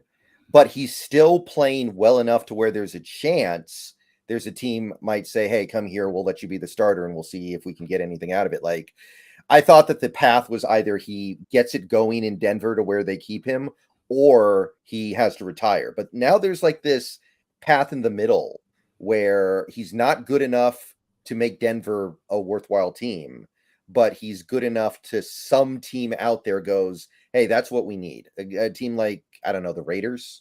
Yeah, If yeah. Well, certainly, because I think I love the fact you picked the Raiders, and the reason being is, number one, that's where a lot of quarterbacks have gone to. No, I'm not going to say that. It's no, I think I You're like the right. fact. I think I like the fact you picked the Raiders, though, because it is a representatory of a team that, like they did this year, where we're picking top 7. Maybe there could be a quarterback there. We got a lot of this team we got to get fixed, though. We got a lot of this team that have holes and open parts, and that we got to maybe quarterback ain't just maybe the only thing. And having a veteran like Russell to guide you through, they may embrace that in their kind of rebuild in a way that a team like Denver wouldn't, because the Denver's got to so just thoroughly pull everything down, including getting out from under that contract immediately. But I could see it. I think it is a possibility if Russell can continue to, come back to looking, just cognitive and good as a quarterback to a degree, not sensational, but functional. And last year he didn't look functional at times. Right. And so that's, I think, the key there. Yeah. What do you make of him being in the game when they were down 50 points? What do you think of that? I think Sean doesn't really have a lot of, I mean, I can say what I kind of really think. I mean, which is like, Sean doesn't really have a lot of care whether you take a quarterback out there because you're worried about him getting injured. There's Yeah. nothing that I think in what Sean's talked about with Russ that's made me led to believe in establishing. I've long thought this, that he took that job, and part of what caused the holdup on that job was probably the fact that he wanted to make sure that it was very clear that he didn't need to be married to Russ in this, that he would Right. take it on and try to fix it, but he was not married. And I think he's given a lot of indications with the quick kiss and baby, stop being a politician talk. I think that that's him kind of, if he gets injured, he gets injured, whatever. Yeah. I think there's a little bit of that kind That's of right. mentality at play from Sean right now. Mhm. Yeah. Very interesting stuff. Going to be interesting to see how this ends. Yeah, it is. And it's not looking like it's going to be good. All right. We're going to move on to the interior offensive line now. Interior offensive line. Damian Lewis is a free agent at the end of the year. Phil Haynes is a free agent. Evan Brown is a free agent. there's definitely some stuff that could happen here. We may need multiple pieces. Yeah, agreed. Oh yeah. Even if you like Anthony Bradford, and Oluwatimi, we're still going to need a left guard in that scenario. Yeah, I think you're going to be smart to address it. I think either way. All right, so this first guy who's stock up in my book is one of the PFF darlings so far this year, and a guy that we really liked before the season started. It's Cooper Bebe, or BB, or BB, or I don't know. I'll learn how to pronounce it once we draft him. But he has been the fourth best in guard in college football by PFF. 90.7 pass block grade, 79.5 run block grade. Kansas State's had a really good offense. They're running the ball for almost 200 yards a game. And he is a big reason why. Now, he's playing tackle at KSU, but I believe he will play left guard in the NFL. Agreed. So I'm really liking this guy a lot. Yeah, Bebe gives you a hard time. You pull off the 10-syllable Tongan guys like you're straight. Literally, were born on the island, and then the Bebe throws you off. Yeah. Look, this guy, I don't know what to say on this. It's not hard. It's hard to get to being a first round graded prospect guard, left guard. But he is indeed that at this point. I think he's going to be one of the safer picks in this draft as far as his floor goes. I think he's a league average, above average left guard. The second you get him in, he's equal on both. He's equally both great in the pass and as a run blocker. He's an upgrade over what we have right now by a mile. I would absolutely have no issues with if we're picking like 32 in the first round. I have no issues taking Cooper Bebe at that point. Right. So he's a complete. The only thing you could wonder is maybe a little bit about, does he check the box for athleticism and what you want in our scheme as far as mobility goes? I would just offer to that every time he's asked to do that in that offense, he gets that job done. And he's playing literally right tackle. So, I mean, if you're wondering about the guy's mobility, like they got him out on the edge right now, and he's holding up out there, and he's dominating as a pass blocker out there. So, yeah, there's nothing you can say but other than he's clean, clear, and it's an easy pick on that one. Yeah. I think his mobility and his agility is better than most interior offensive linemen. I'm not too down on it. We'll see what he does at the combine, though, I guess. Yeah. Yeah. It's been the one questions I've seen put out a line is that maybe he doesn't have, and he gets it done. He does it. It's like a little bit like Oluwatimi, where it's like, he might not test well, but I won't have any worries with it because he just, on the football field, he gets those blocks handled. Yeah. Better than Damian Lewis. Yeah. Yes. Exactly. You want to see why folks, you want to wonder why the bubble screens haven't worked this year, for instance, so far? Just go pinpoint yourself in on watching on the tape. Go look at Damian Lewis and him trying to get out to those blocks. And that might answer a little bit more of those questions. Right. Next guy is, I think we talked about him a little bit a month ago, but not a lot.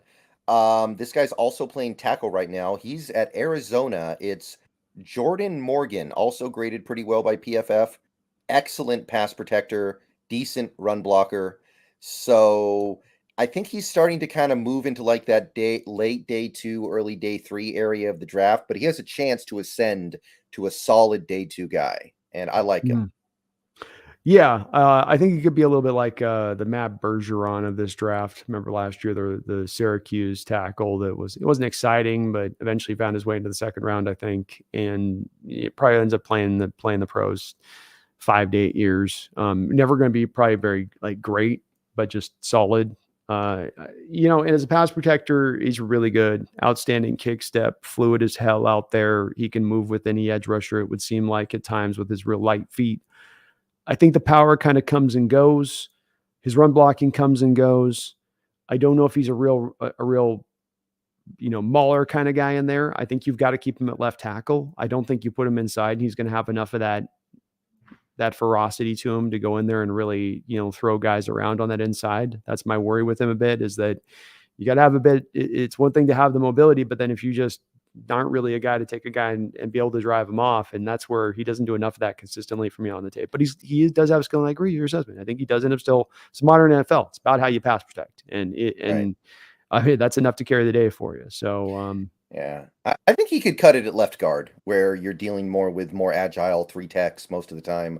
I think he could be all right. He might. It was just a couple of snaps in there, more than a few snaps in there, and watch, and weren't just. he's having an edge throttle him back. And if an edge is throttling you back, then I worry about the defensive tackle bending you back like a folding chair. Hit the weight room. That's right. Lift them weights, boy. Lift them weights.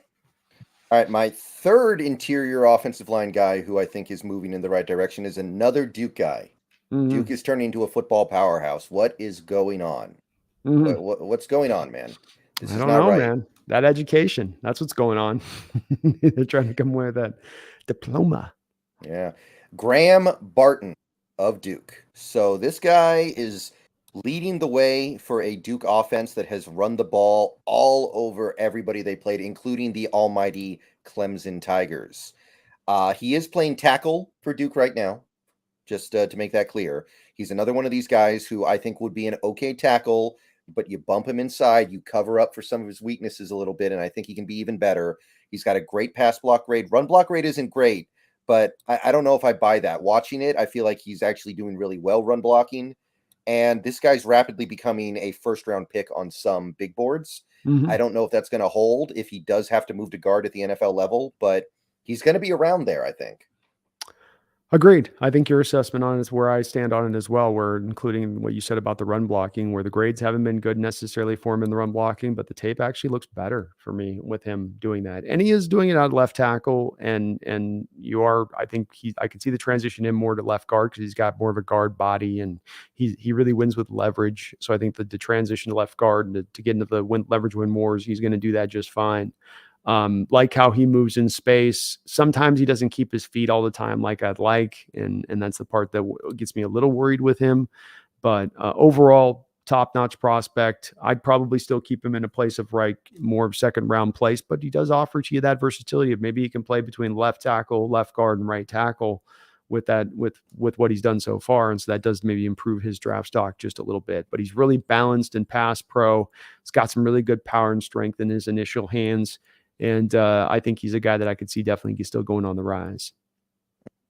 Yeah, him and Cooper are both starting to dance around that late first round area of a lot of mocks that I've started to see. So it's going to start, if they keep it up, they both got a shot here.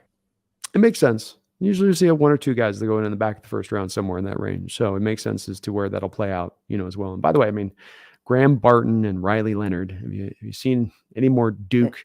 That guy goes to Duke. Oh, no doubt. Yeah. Yeah. Somebody in my Discord accidentally called Riley Leonard Riley Reed. So people have been running with that. They keep calling him Riley Reed, which has been really funny. It makes me really want to take him now because people will be doing that for years. Oh, Lordy. Okay. I got one guy I moved down on a little bit, just not too crazy about him because this guy was the consensus number one guard in the draft before the season started. It's Donovan Jackson of Ohio State. Not bad, but Ohio State's offense in general has not been all that great so far. And Yeah. I'm just not seeing anything with him that's all that, I'm not seeing first round pick there. I'm not crazy about it. I'm not either. He looks the part, but he doesn't really have the mobility we look for, and especially I think he'll probably end up being moved to right guard, quite frankly, at the pro level, because I just don't think he's going to hold up there against twitchy guys at the 3 tech. I wish he showed up with his power a little bit more on tape for as big as he looks. Like he doesn't really, knock guys off the line of scrimmage, and the Notre Dame tape was very unimpressive. Well, I locked in on him throughout the course of this game, and just there wasn't a lot there from what he was showing. Yeah. Yeah. That's their first big test because Ohio State seems like every year for the first 2 months, they're playing teams they beat 70-0. So you got to lock in on those big matchups. And I wasn't impressed. No, and in particular, pass protection against Notre Dame, and I don't know that the Notre Dame's got some top end prospect from the inside that's going to just wreck shop at the pro level. He was really bad in pass protection in that game. I mean, he was sometimes whiff, sometimes he's sitting here and the guy's coming over here and he just leaves the back door open when it's obviously on him to kind of pick it up. He looked a little bit, dare I say, kind of lost a bit in pass pro at times in that Notre Dame game. Yeah. Ohio State fans keep swearing to me that McCord is terrible and he's the problem for all this, but I don't know. I don't know if I agree with that. I maybe. I mean, there's been some offensive linemen that have come through there in recent years that look just fine to me, including last year with DeJuan Jones and Paris Johnson and Luke Wilper, who are all functional and fine. So I mean, I definitely liked all those guys' tape initially a lot more better than I like this, what I've seen from him now twice over watching him. That's all I had for interior offensive linemen. Anything else you would like? Anything else stand out to you? Nothing as of yet with any guys. I kind of just tried to lock in our list to stay with these guys to make sure I'm with them so far. But these are pretty much what I've seen, and what I've heard about. Bebe's certainly getting the hype. The guys you mentioned, Barton getting the hype interior wise. So Yeah, it's a good crop of interior offensive linemen. it does look to be really nice. Yeah, hmm thankfully so hmm too. We need Which is that. why I'm happy we didn't extend Lewis. Me too. I think that Lewis is a fine player, but there's a difference between a fine player who's a little maybe a smidge above average and a fine player who's actually a fit for what you want to do in your scheme. And Lewis is a little bit of a vestige of the old scheme and what you wanted in linemen back then versus what you want in linemen now. Mhm. All right. The snail, thank you for the $2. Russ picked Denver to be associated with Elway and Manning. I mean, it might be. It might be that. Yeah. Shallow reasoning, but I mean, some people were saying he didn't want to go to Philly because Sierra didn't want to live in Philly, which seems very shallow, but maybe that is a decision maker for some of these guys. Who knows? Well, I guess if you have to choose between living in Philly or Denver, I probably would pick Denver too, though. Yeah, I If I would. had to Yeah. pick, so I can't blame him on that. I mean, that could have factored into it as well. I mean, or there could have been many different things, and it just kind of, the other side just kind of went out with the pluses side of it. But if you'd gone to Philly, it would have maybe been the thing. If I'm in Russ's state, that I think he has a valid place to say, like, be in wonderment of in his own view of himself and his career, which is that what would I be like if I actually got a pass protecting offensive line in front of me? If I actually had a line, if I had guys that you give me guys that are 65 and up PFF scores across the board on my offensive line, which I don't think he has ever had in his entire career. And that's not a high water mark. 65 ain't some big, huge, just, like what would he potentially be able to do if he actually had that time? Well, it depends. It's chicken or the egg, right? Because Ben Powers was, I think, the best pass blocking guard in the league last year. His PFF grade was like 87 or something. It was really good. And this year it's been like 50 something. Like, is that a Denver problem? Is that a Russ problem? Is it a Sean Payton problem? Is it a he was in a contract year problem? Like who do you put that massive downgrade in ability on? Even McGlinchey, as much as he's not really a good pass protector anyway, was better in San Fran than he's been here. But see, that's one you could see coming. That's where Denver to me is like when you sign McGlinchey, it's like, okay, here's a right tackle, Russ. Here's a right Yeah. tackle. And it's like, yeah, but San Francisco's quarterbacks last year led the league in getting the ball out of their hand faster than any quarterbacks in the league. Hence, their tackles, their guards, their centers had to pass protect for the least amount of time of anybody in the NFL. So if they put a good score up, you had to put a bit of an asterisk next to it on that basis, where it's like, it's not necessarily you're beating your man in front of you. It's that the scheme is beating the defense. And that's what's going on here. Yeah, but still, it's like the Ben Powers thing is really notable because they signed him because he's a great pass protecting guard, and he's Mhm. just not been that good this year at all. Like, is that him just, oh, I got my money now, I don't give a crap? Is that Russ holds onto the ball too long? Is That's that a good point. they're snapping the ball with no time left on the play clock, so the defense gets to jump every snap? Like there was one play against Miami where he snapped it right at the play clock hit zero, so they were able to jump the bubble screen because they knew the Yeah. ball was getting snapped right then and ruined the play. I'm starting to notice things like that and wondering if maybe that's a bigger deal than even we thought when he was here. Yeah, still interesting the Denver game after Peyton's comment. I mean, Russ has now had two legendary coaches between Sean Payton and Carroll in the last year tell him to wear an armband, and he still doesn't wear the armband. I like, uh, what are we doing here? Like, if there, I understand if it's Hackett telling you wear the armband, and you're like, yeah, you're not gonna have a job in 6 weeks. Shut the hell up. But if it's Sean Payton and Carroll saying, hey, buddy, wear the armband. Yeah. This yeah, I mean, he has to know that if Denver has to pick between Russell Wilson and Sean Payton, there's no decision to make there. Like, you are not going to outlast Sean Payton here. He will be here after you're gone. Agreed. Yeah, Mhm. agreed. But again, that's where we come back to. Is like, what do you need? Do you need a hammer with the armband attached to it, hitting you over the head to finally wear the thing? Like, what's it going to take here? Because this is, you just told, and I think you're right of this. It was this way last year with the fans in the stadium in week 2, counting out the play clock down because you could not get the plays in because he was not wearing an armband. Like, there's some signs on this that have been long coming to make the change here. You got a whole stadium telling you wear an armband, basically, on top of these coaches. Yeah. Let's see here. Thaddeus Sexton, thank you for the $4.99. What positions you guys think will be selected by the Seahawks in the 2024 draft with our first 3 picks? You can lead with this one.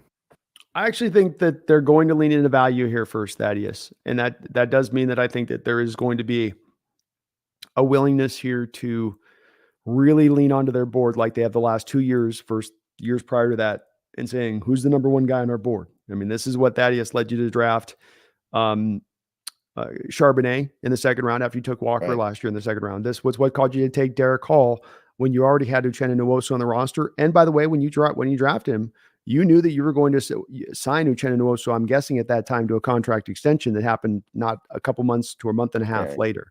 So you knew you were going to try, at least. Right. You're going to try. And so you took Hall and still having with Taylor on the roster in addition, and Boye Mafe. And so that would lead you, Thaddeus, if you look at that track record recently, JSN in this draft. You took JSN when you had Tyler Lockett and DK and Eskridge still here, and you felt good about what Tariq Young gave you. You took Witherspoon when you had just gotten Tariq Woolen on one side, and you had Mike Jackson here for another year, and Trey Brown under club control, and Kobe Bryant, who you took in the 4th round last year. So what they've shown you in the last couple of years, Thaddeus, is that they're going to go to value first more than they're going to be driven to the need of the pick. And I would say that that's smart. They've got great drafts out of it, but I also don't think that's changing anytime soon. So to make the prediction about the place they're going to pick, the guys they're going to pick early on, as if they're going to leave that, they'd have to leave value and go to need. Those are your 2 drafting strategies, is you're either going by value board or going by the need. And that would be where they'd start to drift to start to lock in on specifically grabbing players at the top side. I think that the value will be there for defensive tackle and linebacker to give you some kind of answer here, which in general terms will push you in the first 3 rounds to look at those positions because of how strong they will be. So their value will be there on your board. But overall, I think it's hard to predict with the way the team's rolling right now. I feel like we get a quarterback in the first 2 days. I'll say that. I think a quarterback's going to be in there. That's a good prediction too. Yeah. BPA is great, but I don't think we take a running back in the first round. I don't think we take a wide receiver in the first round. I'm sure there is some limit to their BPA strategy, and that's fine. I don't have a problem with that. I'd add safety to that or corner to that, right? I think that we could, with that, you're right. Some of this is that they're going to definitely have to, do we really want to go another corner here? Like, it's in the second round, even though he's at the highest of our boards. There's going to be maybe a bit more of that this year than the last 2 years in rebuild mode. But I still think that with how much Schneider's talked about it, Brendan, and he's mentioned it at least a half dozen times in the very few interviews that he's given, but every interview that he's done, it's come up just about, which is, why have you had the success? What is it that's brought this success? Going back to the value of our board is what's brought this about. Going back in that way where we had drifted to need too much, we pulled away from that wholeheartedly, and we found a lot of success from within it. Let's see here. ALG Investment LLC. Thank you for the $4.99. Again, double dono. Our defense looks like they are improving slowly. Thoughts? These Nancys need to play 4 quarters in the preseason and stop being sloppy early season. Mm-hmm. I love Nancy's. Mm-hmm. That's awesome. Yeah. It is slowly improving. I wasn't expecting the defense to be great this year, so I don't mind them just being okay, like they were against the Lions and Panthers. So, I mean, a big part of it is just getting Witherspoon on the field. We've seen how he's completely transformed this defense, even with Woolen not being out there. Yeah. Well said. And yeah, you're right, LG. We got to get these Nancy boys out there during the preseason and get some more game action out there, prep those bodies up a bit more. It's been a long-going problem. We'll see if they can fix it in future years. I certainly think the lack of preseason games, lack of padded practices, lack of physicality in training camps just across the board has caused this issue. And it is kind of a league-wide problem overall in general. Yeah, I think that the defense is taking some slight steps forward. I think they were big steps forward from the first week. The last 2 weeks have been kind of in the same similar place, but there's things to build upon. There's room for growth here. Reinforcements are coming through, and it's a far cry from week one, which was really a horror film where there's never any downtime. It's just basically everybody constantly getting snuffed out throughout the course of the entire game. And so it's a big jump to get to week two and kind of improve that up a bit. And so hallelujah on that one, Right. hallelujah. Uh, we got a big one on the line here. Woo! Upo with the $50. Let's go. Let's go, Upo.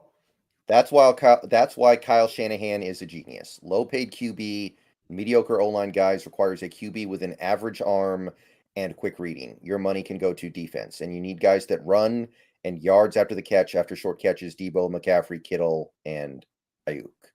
hmm I Go ahead. No, you hit that one first. Yeah.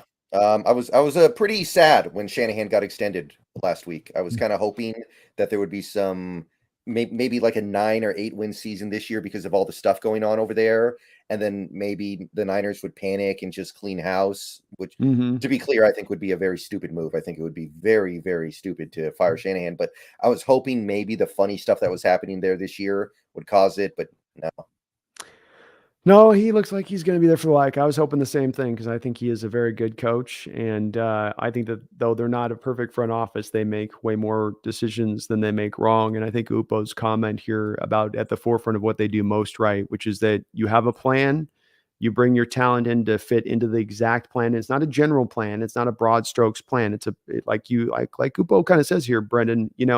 I got a mediocre offensive line. I'm not going to put as much investments in that. I'll have my left tackle settled up. That'll be where I put a lot of what I want to do. Then I got my low, like he says, kind of a quarterback that can distribute the ball. They did this with Garoppolo too. Just get it worked around. I will get your first read opened. I will scheme up and make this easier. I'll give you a ground game so you don't have to have a high volume amount of throws. I will do this for you. And then the final part to get those yak guys out there that can catch the ball in space and do something with it, or a guy in Ayuk who, on top of the yak that he gives you, also gives you that very precise route runner who can run those quick routes, get offline fast, and get open, create the separation on the route. And it all works together and flows together. We kind of do that. We've done that on offense. That's the part defensively that I'm looking for us to do. You have a Jamal Adams type. You got a Witherspoon type you brought in here. You got a Julian Love type brought in here. Okay. You've brought your own personnel with some kind of purposeful approach in how you want to apply it. And I don't think that's allowing quarterbacks to throw for 330 yards every single given week, even if you are stopping the run on the other side of that. And so my hope is that we kind of have that same approach, because I think it does bring out about you go plan, you bring your personnel in, and you execute the personnel to the plan. And it all should work together rather than you bring the personnel and you kind of try to slip shot it, right, Brendan? That's what I'm kind of saying on the bad side of this is that you sort of try to, okay, we have a plan, and then we get the personnel, and then we kind of make it up as we go along with the personnel. That's not what Shanahan's doing there. And that's why they've had their success, is that this is much more well thought out, in my opinion. And I think we maybe there's signs we may be doing the same thing defensively. There is with Adams' return Yeah. and all that, but that's the part that I'm looking for now from our team to also get to that contending status. Yeah, like it, it really is kind of the perfect offense for his style of offense. I think the way he's constructed it. Mm-hmm. Like even with as good as the Seahawks offense has been for the last year plus now, um, I don't think Lockett's a great fit for the Waldron offense, but they found a way to make it work around him because he's a good player and he's there and he's got the contract, so they make it work.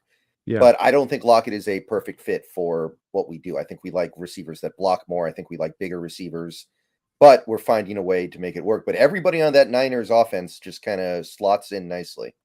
I'd agree with that. I think that's a fair point of saying. It's certainly the Rams had a player model type at receiver that they looked for, and that doesn't quite fit to necessarily dimension Lock, but Lockett's just so good in what he brings and the elements he brings that it's worth offsetting, and you can still find a way to work it through this offense, especially if you have the other guys in place that can make that happen. Let's see here. Roy Froelich, thank you for the $5 Canadian. Do you think Adams' return will have a positive impact on Diggs's play? Well, can we first acknowledge with Diggs?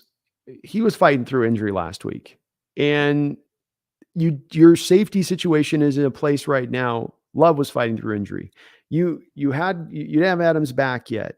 You probably didn't want to try to trust Jarek Reed out there for a full game with a guy like Dalton, who could maybe trick that kid with just some simple eye movement of the head to get back to a backside play. He went out there and did his best to get out there and keep going, but Diggs was probably nowhere near 100% in this game. And I think that his not playing necessarily good in this contest, and I know he's not been impactful throughout the year so far, but I think that that's a little bit of what's kind of caused this to happen. Um, Hmm. but yeah, I think that it's going to help, can't hurt Adams, and I think it's certainly there hasn't been a good baseline set so far here, Roy. So it's like there is nowhere to go but kind of up from the safety play to begin this year so far.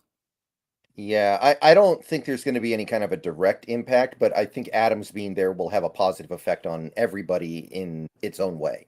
Mhm. Yeah, agreed. Very much agreed. Let's see here. The Snail, thank you for the $2. Think waving Thompson means Tavon signing. Well, the thing is, we're using receivers relatively little right now, so we can rock with 4 receivers for a little bit if we need to. So I'm wondering if maybe it's another position. Yeah, it's a tough prediction to make here, Snail, because it could mean just there's other things. We want to get an extra lineman in here. We want Jason Peters active, and so we're gonna have Thompson out for that. So we have the extra lineman in there because our linemen are getting lean and light. I mean, it could as much mean that. But they did have Tavon come in for a workout. Gino's been banging that drum and trying to get him in the house. And I'll say this as a third point of this, and we've noted it multiple times over, going on multiple years now. The punt return unit for your Seattle Seahawks is an ailing part of a very strong special teams unit. And it's the one part that you just have not found an answer for in recent years that's really worked as far as from in-house. And Tavon Austin, not really the best of receivers, but absolutely a guy that, can give you the punt return game. And also, Brendan, the one nice thing about Tavon coming here too is that he does give you a guy that I think could still give you some fly sweep kind of potential. If you can't trust him as a receiver, if we get down a little bit lean on the receiving core to go to that guy in that function, maybe there's a secondary value to him in signing him if you did. Yeah, there's definitely some capacity he can help in, but how old is he now? Wasn't he 2013 draft? So he'd be right about Gino's age, I think, right Yeah. about 32, 33, because they both were in that at the same time. So I wonder how much of that stuff he can still do. That would be my only Well, question. remember Hester at the end, even with us, was still pretty good in that aspect. Some of that punt return thing is when they get that good at that long at it, it's not only their ability to field the punts in a variety of difficult fashions and drive in difficult conditions, but their ability to, like an outfielder in baseball where they're going back on a fly ball and they get the last couple steps up to catch it as they're trying to make a throw, where they can really have that feel for it, where you have guys like Dallas back there where it's a little of that.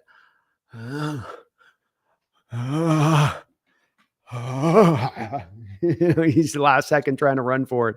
This guy will be just, yeah, Yeah, there is something to be said for that. yeah. So I think Mhm, it's possible. It's possible out there. mhm.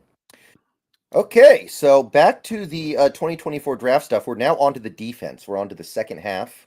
Woo. And there's definitely some interesting stuff going on the defense. We're going to start with the defensive line. I think it's pretty obvious we could use some help up there. Yes, sir. And I'm going to go ahead and declare this class the class of the obese defensive tackle because there are some guys in this class who have some serious. They don't have sand in their pants. They have dumbbells in their pants. They Yes, have sir. Yeah, they have like adamantium in their pants, but I'm really impressed with a few of these guys. I really like what I'm seeing from a couple of them. And this first guy is PFF MVP. PFF thinks this guy should win the Heisman. They think he should win every award there is. They love him. I love him. I've been crazy impressed every time I've seen him. He's making splash plays as a 340-pound man on that defensive line. It's Tavondre Sweat of the Texas Longhorns. Um, Generally speaking, when you talk about a guy like this who's like 340, they don't make plays. They set everybody else up to make plays, but it seems like in every game, he's doing something in the backfield. He's disrupting running plays individually. He's gotten to the quarterback once this year. There's something here beyond just I take up space in the middle. Mhm. But he's doing a great job taking up space in the middle. That Texas defense hasn't given up hardly anything on the ground yet. So I really like T'Vondre Sweat. If you're into the prototypical nose tackle type, I really like this guy. 2.7 yards per carry allowed by this run defense so far, by the way. Yeah. Yeah, and he's taken big steps forward this versus what he looked like last year, as there was some thought he might enter the draft last year, and he just didn't look like this kind of prospect last season. He looked more in the fourth, fifth roundish range, where, he's going to highly be rotated out, wasn't giving you a lot of impact down there. I think the two places that stand out, especially going back and watching the Alabama tape that they got that win on, is first off, he is the guy that is also we're not seeing as much from one techs even at the college level at times now, Brendan, which is the guys that truly can take on the double team and remain immovable when the double team hits them. Not that they lose a couple of yards and they're giving you a fight, but that wham, the double team hits and he sinks down. And there was a couple snaps against Alabama where that happened, where he's got both the guys hitting him straight up. They get a good hit on him initially there, right? But he just, both his legs lock, and you see those feet stay right in the ground, stay immovable at that point, taking up the two blockers. The parts you talked about, that's the extra part that's jumped up to his game, is the pass rush. And it's come from his walkabout. He's gotten from a walkabout. He's not a blitzer kind of guy he's not a lean or dipper with 340, but what he's going to do is he's going to walk you back about. And that means put his hands up on your chest and just walk you back. And if you don't double team him in pass pro, he's going to beat that guard. And a lot of times this year so far, he's whooping their butts. And so what that then drives is now offenses at Texas there, or offense is going up against Texas, is now I got in pass pro probably when I don't want to all the time, constantly put my double teams down on this nose tackle, and everybody else gets singled up or rest on the line. If it's just your 4-man fronts going against the 5, right, Brendan? And so that does then help out. That's helped out the rest of that Texas, I think, defensive line to have some flourishing moments, because he does then attract so much attention. But it's a real benefit to the defense to have that. For us, I think Haloti Ngata is your kind of gold standard 340, but still can move like a beast and give you, like, he's not going to get into that range of things, but he is a guy I think starting to maybe push up into the cusp of into that maybe getting into first round range, second round range. Yeah. Typically, players like this don't go super high. Mozzie Smith kind of bucked the trend a little bit. Mm-hmm. And so far, I don't know. I mean, it's early. It's way too early to make any assessment. I don't think Dallas is thrilled with the way that's going, because Arizona ran for like 220 on him. Mm-hmm. So I don't know about that one right now. But you're right. He's got a chance. If he keeps going this way, T'Vondre Sweat has a chance to go way higher than I expected. But I really like what I'm seeing from this guy so far. He might be able to give you, even though he's a heavier guy than Maze, he might, when with that bull rush power he has, might be more of an upside guy with the pass rush, and he might be right in alignment with Maze on his A plus plus run stuffing ability and all of that. So that's Sweat. This next guy, kind of a similar boat, not as much with the pass rush, but Tyleik Williams of Ohio State has been great down in the trenches. He's another big guy, 330, another run stuffer type, but he's making plays as well. He's making plays in the backfield. He's got 3 tackles for loss already. He makes a lot. It seems like every game he's got like 6 tackles, 7 tackles, 5 tackles. It's not just the, oh, I got 2 tackles, but I took up all the space down there. No, he's taking up space, and then he's going to make the play. PFF loves him too. They have him graded one of the highest interior defensive linemen in the country so far. And on an Ohio State team that I think has been a little bit of a letdown so far this year, he's another one of these guys on their team that I think has stood out in a mostly positive way. 100% agreed. You well captured it with him. He does have that 0 tech, 1 tech size to him, but he goes hard in a way that 1 techs and 0 techs don't go. High motor, hustle. He will chase down backside plays. He will keep going after it. That's where he gets those tackle numbers to me, where other defensive tackles don't, and that he just stays constantly active, rallying to the ball. This is the type of defender that's going to appeal to a Coach Carroll, who's going to absolutely love him. Snyder's going to love the fact you have a guy at Ohio State, big program guy, with this kind of effort that he's giving. This isn't your 5-star guy that's getting by on, just the nature of his talent. He's hustling. There's not a wow factor to his game. Kind of got the slow burn power as opposed to the violent heavy hands power. It's more of it kind of works you out through the course of the play a little bit. He was an absolute, I think, monster and force in that Notre Dame game. A really Yeah. fun game to watch. I think he had a sack. He was all over the place on the tape in that game. He's also, as a guy that we're looking at for more production this year, coming off last year, he's already matched his tackle and sack production from last season as we stand right now. So looking as a Right. guy that truly is taking his steps forward, he's doing so. Yeah, you don't really run the ball much on Ohio State this year so far, by the way, and he's a big No. reason why. I'd say a bigger reason than anybody else. In some ways, I like him more than Hall. Between those two guys that are on that line, Hmm. we've Oh looked at, and yeah, Hall's I more that definitely three. like. I Yeah. really, I just, this is more my flavor here with this guy than that. Mhm. Okay, so those are the two big boys who have really been impressing me so far. If you're still into this kind of player, and maybe the Seahawks have moved on. Maybe the Seahawks are like, no, we want small athletic guys like Jer'Zhan Reed to play nose tackle. But if you want a trash can full of dirt, I think those are two really good trash cans full of dirt to get. They got some unusual wheels for the trash can of dirt that they are. Yeah. Another guy who's popped on my radar positively so far would be Chris Jenkins of Michigan. This is a more defensive end type. He's a 275 on Sports Reference. Mhm. But so far has had a really good year for Michigan. He's made some plays in the backfield. He's actually got an interception, which, hey, that's big man with ball. You love that. Let's You love to go. see Yeah, that. yeah. Get those hands up, Yeah. big man. And Michigan's defense is as dominant as it pretty much always has been over the last several years. They stop the run really well. It's like 2.8 yards a carry, and he's a big part of that. And overall, I'm just pretty impressed, and I think he's moving up big boards. I've liked this guy for a while. There's no doubt about it. If you got him in as a 3-4 end, he gives you really a fine defensive end as far as a run stuffer goes. He's just aware, active, strong hands, strong player at the point of attack. He's got enough mobility to get to it. I like the fact he's already got a sack this year in some hurries. I'm hoping that's the part of his game you're looking for him to come forward on from last year, where he was a good run defender last year too. But give me a little bit more as a pass rusher now, especially as we start looking at him as more of that 3-4 end like you talk about in this particular defense. Looking to see, can he do some more of the one gapping as opposed to just doing the two gap and holding the line and then throw the guy off and go find him. But tough as nails as a run defender. It's going to be hard for any defender at the NFL level. If we just talk about just a specialized role as a run defender and as a 3-4 edge, which I know that's not the sexiest thing to be looking to go get in a guy, like you might take him in like third round if he is only that. He has a chance to elevate himself, I think, in a second or first round place if he can get the pass rush to a stage where people are like, oh wait, no, this is a guy that can be a 7-8 sack a year guy from the inside. But as a run defender, no doubt about it, he brings the goods. Yeah. By the way, he is fourth on PFF's list of best interior defenders in the country so far. Let's go. Let's go. I love Chris Jenkins, man. I would, he's one of my little, hey, we end up with Chris Jenkins. I'm going to be celebrating the hell out of that pick. This last guy is a new one, and he's kind of my sleeper. This guy is not playing like a super duper star or anything like that, but he's starting to creep up into like the draftable area of the big boards, and he's stood out to me a little bit. It's another Duke player, so the apocalypse is truly upon us, I guess. Yeah. It's Dwayne Carter of the Blue Devils. Currently Quickly, projected to be like with this guy, was there a player comp that jumped out to you watching him?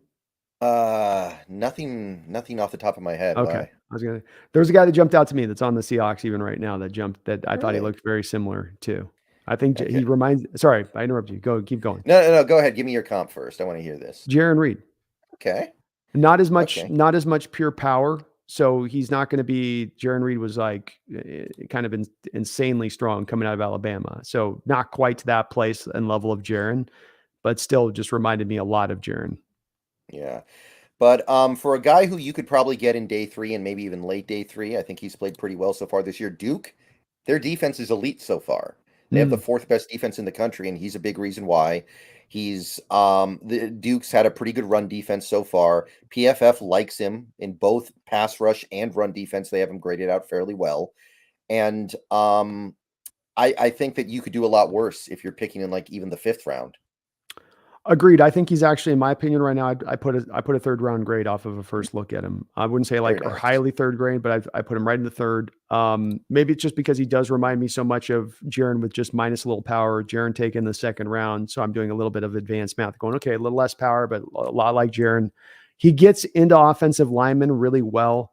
And then he works the offensive lineman off of his power and angles them a little bit, so he'll displace his hips and he'll sort of, it's like how Jer'Zhan Reed creates his pressures. Jer'Zhan doesn't do it with a, and he's gonna whip past you. Jer'Zhan's gonna get into you and then get it over to the rip move eventually after he's kind of worked you a little bit this way or bring you over this way and try to kind of move you around that way. The pass rush is gonna kind of work itself on you over the course of a play a little bit is kind of what I'm saying. But he does have some moves and things he can go to in his repertoire to kind of unleash on you. But the effort's always really high. Another part that you see with Reed, where you're going to get the maximum effort over the whole course of the play, playing and play out, be it run, be it against the pass. That's why I like him as a third round grade. I think he's a complete player with both aspects of the game. So he can be a 3-down kind of guy.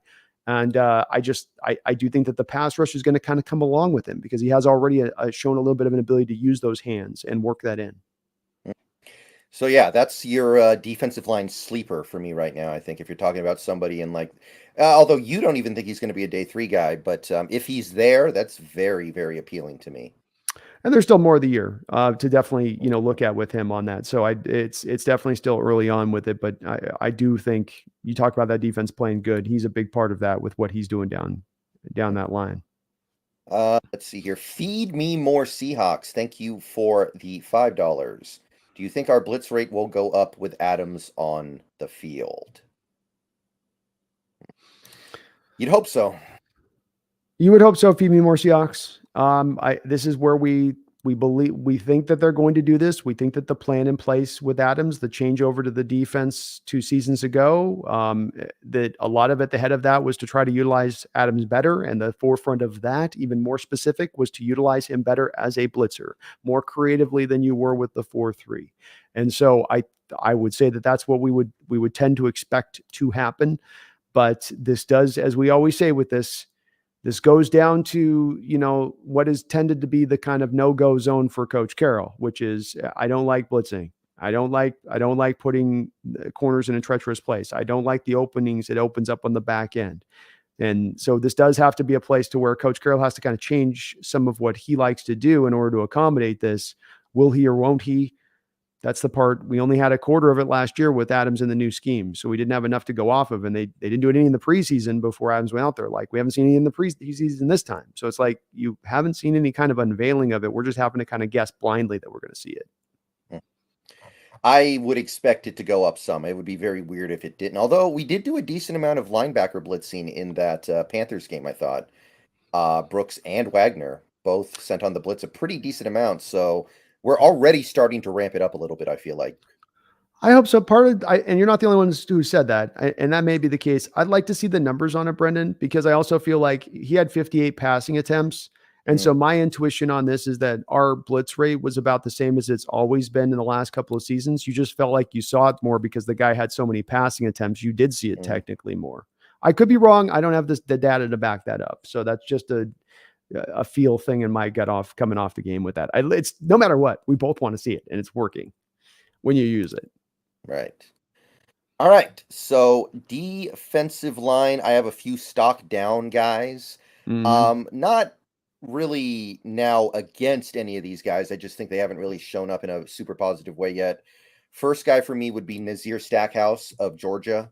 PFF has not been too high on the season he's had so far. They have him graded out very middling. And Georgia's defense in general actually hasn't been as dominant as it's been in seasons past. So I still like him, but he's another one of these trash cans full of dirt. He's 320, 325. So you compare him to Tavondre Sweat and Tyleek Williams, I'm just not seeing it the same way I saw with them. Yeah, pure nose tackle who just happens to disappear way too often in football games and is disappearing even more so now that he doesn't have some of the surrounding talent that he's had there previously. Right. My next stock down guy is Leonard Taylor III of Miami. This one's kind of interesting. Part of the problem is he's never on the field because Miami is always winning by 50 points. I think they start every game with like a 28-point head start. and he's on the bench for the entire second half. But I would say, while he's been a really good pass rusher in the snaps he's gotten, his run defense, when you compare him to the other top defensive linemen in college football this upcoming draft, it seems like he's not as good of a run defender.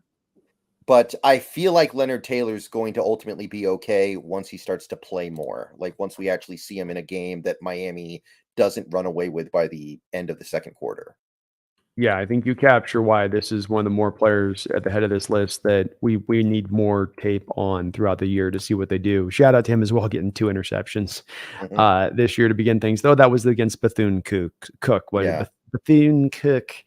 Mhm. Yeah, he does give you a bit of a difference from some of these other guys, because everybody seems to have the check mark box of run defender before we get to anything else in their game. And some of these defensive tackles, with him, it's like, no, no, no. But he does have the pass rush, and he has been a Yeah. tremendous pass rusher with his skill set inside on that. He is a problem from the inside on what he brings on that. And that, I think, in that self in this class, Brendan, is going to rise him up, even if he does end up being kind of a poorly graded run defender. I think your points on that are valid. But because he is so unique in that, and because pass rush does carry the day, I think this is a guy that probably just push himself into like late second, third round range of things. Yeah, I wouldn't shock me if he went in the first round once he gets No, going, because I do think he will get going at some point. But yeah, Miami needs to play a real team, so he actually has to stay out there for a while. that's true. That would help. That would definitely help. Temple and Bethune Cook and Miami of Ohio. Mhm.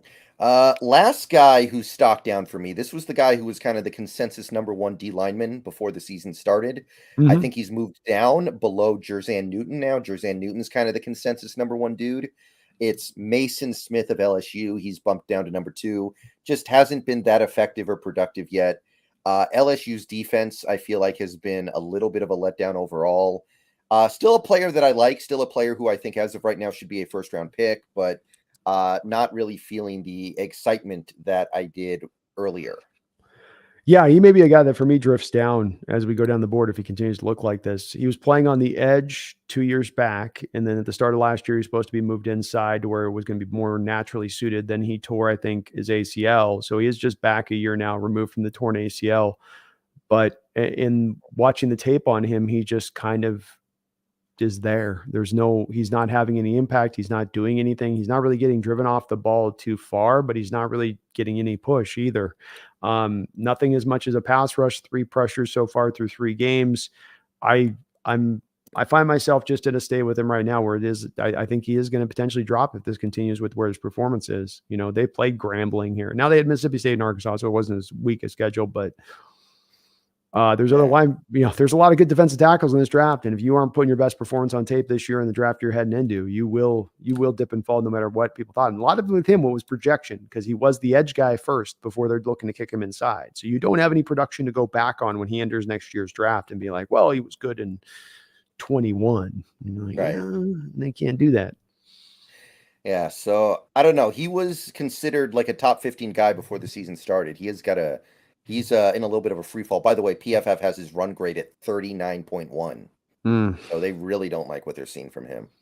And he's supposed to, yeah. I mean, that's understood. You're a edge guy going inside. Maybe that's the place you go down on. But then it better be like Taylor, where you're bringing, okay, the pass rush. Then I can expect an outside guy going in that's going to lose a little bit in the stop in the run. But you should be quicker now inside there, though, too. You should be able to take advantage of that in there, especially him being a bit of a bigger guy to match that. But it's not there. Yeah, that's all I had for defensive line stuff. Anything stand out to you that I missed? Zerzon Newton was the guy that, Mhm. I think his stock's been Auburn. just yeah, I think he's been maybe a little bit of a dipper guy. I don't think he's Oh, fallen out of the. Illinois. I'm sorry. I don't know why I said Auburn. Oh yeah, the Illinois guy. I think he's been a bit of a slight dip. I think he still is a first round guy, but rather than being looked at as maybe a top 10 kind of pick guy, I think he's gone down just a tiny bit Yeah. of a hair, you Yeah, know. I think he's playing fairly well. That Illinois defense is not good though. Like they're missing Witherspoon and Sidney Brown, and there was that other defensive back they lost.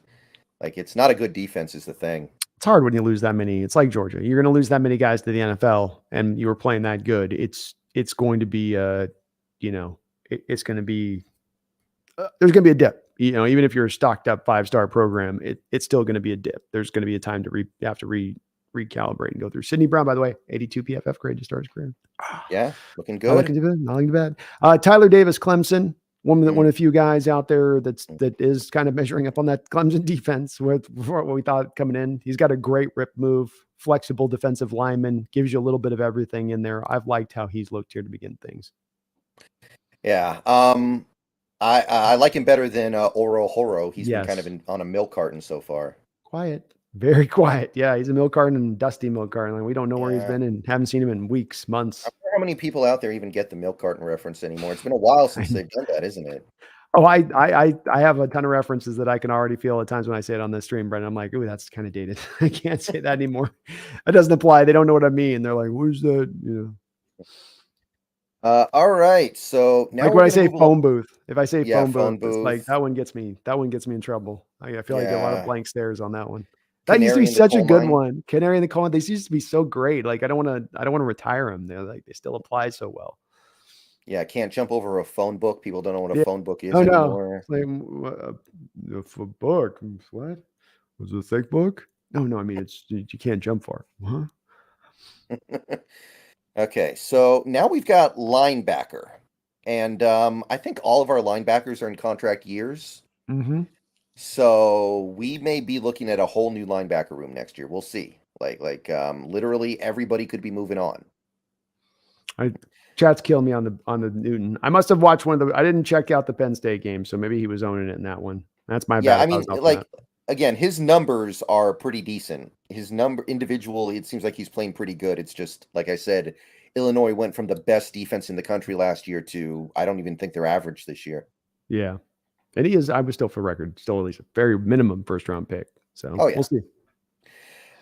So linebacker, I got some stock up guys here. It's not really any of the top dogs. We've got quite a few people starting to creep on up here, which is nice Mhm. because I think it's probably a position where you would hope you can take care of it in the mid rounds, Yeah, if possible. absolutely. Yeah. So my first guy is Junior Colson of the Michigan Wolverines. That Michigan defense is killing it like they pretty much always do. And Junior Colson has been at the head of it. He's been one of the big reasons why. He's had a really nice season, made some plays in the backfield. I'm liking what I see from Junior Colson. I think he started at like the third or fourth round area. Now he's starting to come on up a little bit. Yeah, I see him as a guy probably going to rise up too, and when it's all said, in at least second roundish range. 6'3", 247, ideal linebacker kind of for the modern era because he's got that size. How many of these guys the last few years have we looked at that are 225 on their listed weight, right? Not on Mhm. the fake weight, but like listed weight. And so he looks at. He's got the size. Smart player, rarely confused, rarely misdirected. You always see him in kind of the right place, right spot in his pursuit. He is a snap-on tackler, meaning that when he gets his hands on you, he's taking you to the ground. And he has got adept technique, smooth as they come in that, easy as they come in that part. It's not an issue for him at all. Very capable blitzer as well. He hasn't been the most efficient in this respect this year. If we talk about tracking him this year in that part of things, so I'd like to see that maybe dial up a little bit more as we go along this year. But he is a good blitzer watching him on tape, and his feel for how to time things up at the snap as a linebacker coming and where to attack and how to get skinny through a hole. He's got some of that stuff to him on top of having some really good quickness. Yeah, and it seems like he's pretty good in coverage too, or at least has the potential to be good in coverage. I'm seeing that more with him than I am with some of these other guys who we're going to talk about in a little bit here. But yeah, Yeah. Junior Colson becoming one of the better linebackers in this class, I think. I think so. I see him as a potential first round talent at this point because, Yeah. like you say, with the coverage skills he brings, he's a very complete guy and he's got the NFL size and he's going to test remarkably well. He'll probably be a 4.55-ish guy, on his 40. It won't be maybe like lightning, but be a good. And for 6'3", 247, that'll do. Mhm. All right. So Junior Colson, stock up. Also stock up for me, although this guy does have some measurement issues, apparently. It's Cedric Gray of the UNC Tar Heels. He's been big time for that defense so far. He's had some monster games. He's been doing some pass rush stuff. He's been making plays in the backfield. For UNC defense that isn't great, but they've already been in some dogfights this year. He's had to come up big, and for the most part, I feel like he has. Um, he's kind of small. He's one of these 225 guys that we talk about. So And they got him apparent, listed to like 245 on the huh. 230. Well, no, they got him listed 235. You're right. Yeah, they That's got right. yeah, I don't know. Looking at him, he looks small to me. I think And that's apparently fair. he's not that fast, but that could be an old 40 time. Like somebody in my comments, I can't remember who it was, said he ran a 4.73, Okay. but that could easily be out of date. Like I remember Derek Young ran a 5 second 40 until he got to like his senior year, and then suddenly he was pounding out 4.4. Yeah. So if he's reasonably fast, I really like what I'm seeing from him so far. I really do too. That's why I'm kind of wondering with him as well. I really like the tape we're seeing as he's just a good all around linebacker. He does have 6'3" size. And so if he is at 225, unlike maybe these 5'11 sub 6 foot guys that really are going to struggle to get up to 235, 240 and carry that much weight, I think he can potentially carry that much weight down the line. Last year's production was insane. 144 tackles, 6 passes defensed, a sack, and 3 interceptions. This year, 34 tackles, 2 passes defensed, and a sack and a half. So he's looking like he's going to put another really good year of production together there. I thought he looks on tape pretty fast and athletic to me on tape. Maybe he isn't test well, but another guy that maybe just isn't about how he tests, but how he does look on tape because it doesn't look like it's an issue for him. And on top of it, he diagnoses really quickly. So that's another one of those gives him a little bit of another head start step on things because he so fastly figures out what's happening on there. I'm going to put a name out there that's not exact comp, but a little bit of the vibes I got off of him was a little bit of the Navarro Bowman vibes Mm, from the Niners back in the day, I bet, when watching him. okay, I can dig that. I mean, Bowman was really good before he destroyed his knee. So some people may not remember that. That was a long time ago now. It was. It was. It's just the way he read and reacts to stuff, sort of takes on blocks, feel for the game, the diagnose, and just on top of everything. It does in a lot of ways just kind of remind me of Bowman while still having some physicality that he brings on top of it, you know. And it was shades of it. Not a direct comp, but just some echoes and vibes. All right, so our third linebacker that has stood out to me in a positive way so far this year, I think this is a new one. I don't think we talked about him previously. It is Danny Stutzman of the Oklahoma Sooners. Oklahoma Sooner. This guy's been everywhere, man. He's averaging over 10 tackles a game. He's got 8 tackles for loss. So he's averaging 2 tackles for loss a game. He's got 2 sacks. He's got a pick six. He's kind of doing it all for a defense that has been very good, although they haven't played great competition yet. PFF adores him. PFF thinks he's one of the best linebackers in the country so far. Hmm. In fact, yeah, they have him third right now, and the 2 guys in front of him are small school guys. So I'd say Danny Stutzman, as of right now, because of some of the physical limitations there, he is a little bit of a smaller guy, probably not like a first or second round guy, but he's starting to move up towards that third round, and he could maybe even get higher than that by the time this is all said and done. It's very possible. I do think he's a guy that has a chance to rise up, but he is kind of in that slotted spot that I think you mentioned when I look at him is where I see him. He's a good read and react linebacker, excellent pursuit skills, perfect angles that he takes to track things down across the field. You know, he's not going to waste his motion or space through there. He's going to navigate the waters really well. A lot of those linebackers can get caught up in the wash at times. Um, I think he is, for the most part, about as good as he is against the run, against the pass. He's been a little bit better against the run this year, but on tape, he makes plays in both areas of things to my eyes. Where I really like him and where I think he distinguishes himself from other linebackers we've looked at so far here is he might be one of the better ones at bouncing and just getting off blocks. He's both got ability to take them on heads up and then get off of them or slide off of them either way. And he can kind of go to one or the other based on what he's feeling the lineman trying to do with him. And he continually, part of what gets so many of these tackles is he just gets off those blocks so naturally. So yeah, he could be kind of like this draft's who was the Owen Popoe, the guy last year, Owen Popo, who yeah, slowly Auburn kid. crept up as the year went on, and we ended up both really liking him by the end. Yeah, very much could be. There's this guy puts a lot, continues to keep the tape better and better. If he can round out that full skill set he's got, he might be a guy to jump up in that spot. I think you mentioned the size things that we want to look at with him, and then this will be a guy that you're going to look a little closer at where his testing numbers go when we get to that spot. This is one of those. Not all prospects do you need to do that with, but some of mine, I want to see where he's at on his 40, and let me see the 3 cone. Let me see some of the agility and stuff for what he brings on that. All right. Last guy, this is another sleeper guy, somebody who he's not the best, but I would really like to get him in the later rounds. He's starting to creep up into that 6th, 7th round area. It's Jalen Ford of the Texas Longhorns. Had a couple good games. I think he showed up pretty good against Alabama in particular. PFF really likes what he's doing so far. Having a nice season so far. 3 tackles for loss, 2 interceptions, doing some things in coverage. Last year he had 4, by the way. So the thing is, this guy's a little bit small. So small, I wonder if he converts to safety at the NFL level. He's one of those. But either way, I really like his ball hawking. He's shown that he's somebody who finds the ball in coverage and takes it away pretty routinely. He does. It's when it's on for him in coverage. When it's off for him in coverage. The consistency angle is the tough part to pop up with him, where he gives you one good snap and then one what the hell's going on snap. When it comes to run game instincts and stuff, I think a transition to safety very well maybe in his future. He's got a little bit of the Aaron Curry-itis going on with him on just he's gonna misdirection. He's gonna we just talked about the last guy, Stunsman, having great ability to and a couple of these linebackers have great ability to not get twisted and turned the other way. He takes the cheese a lot and gets sent in different directions where he allows the offense to kind of manipulate him a little bit.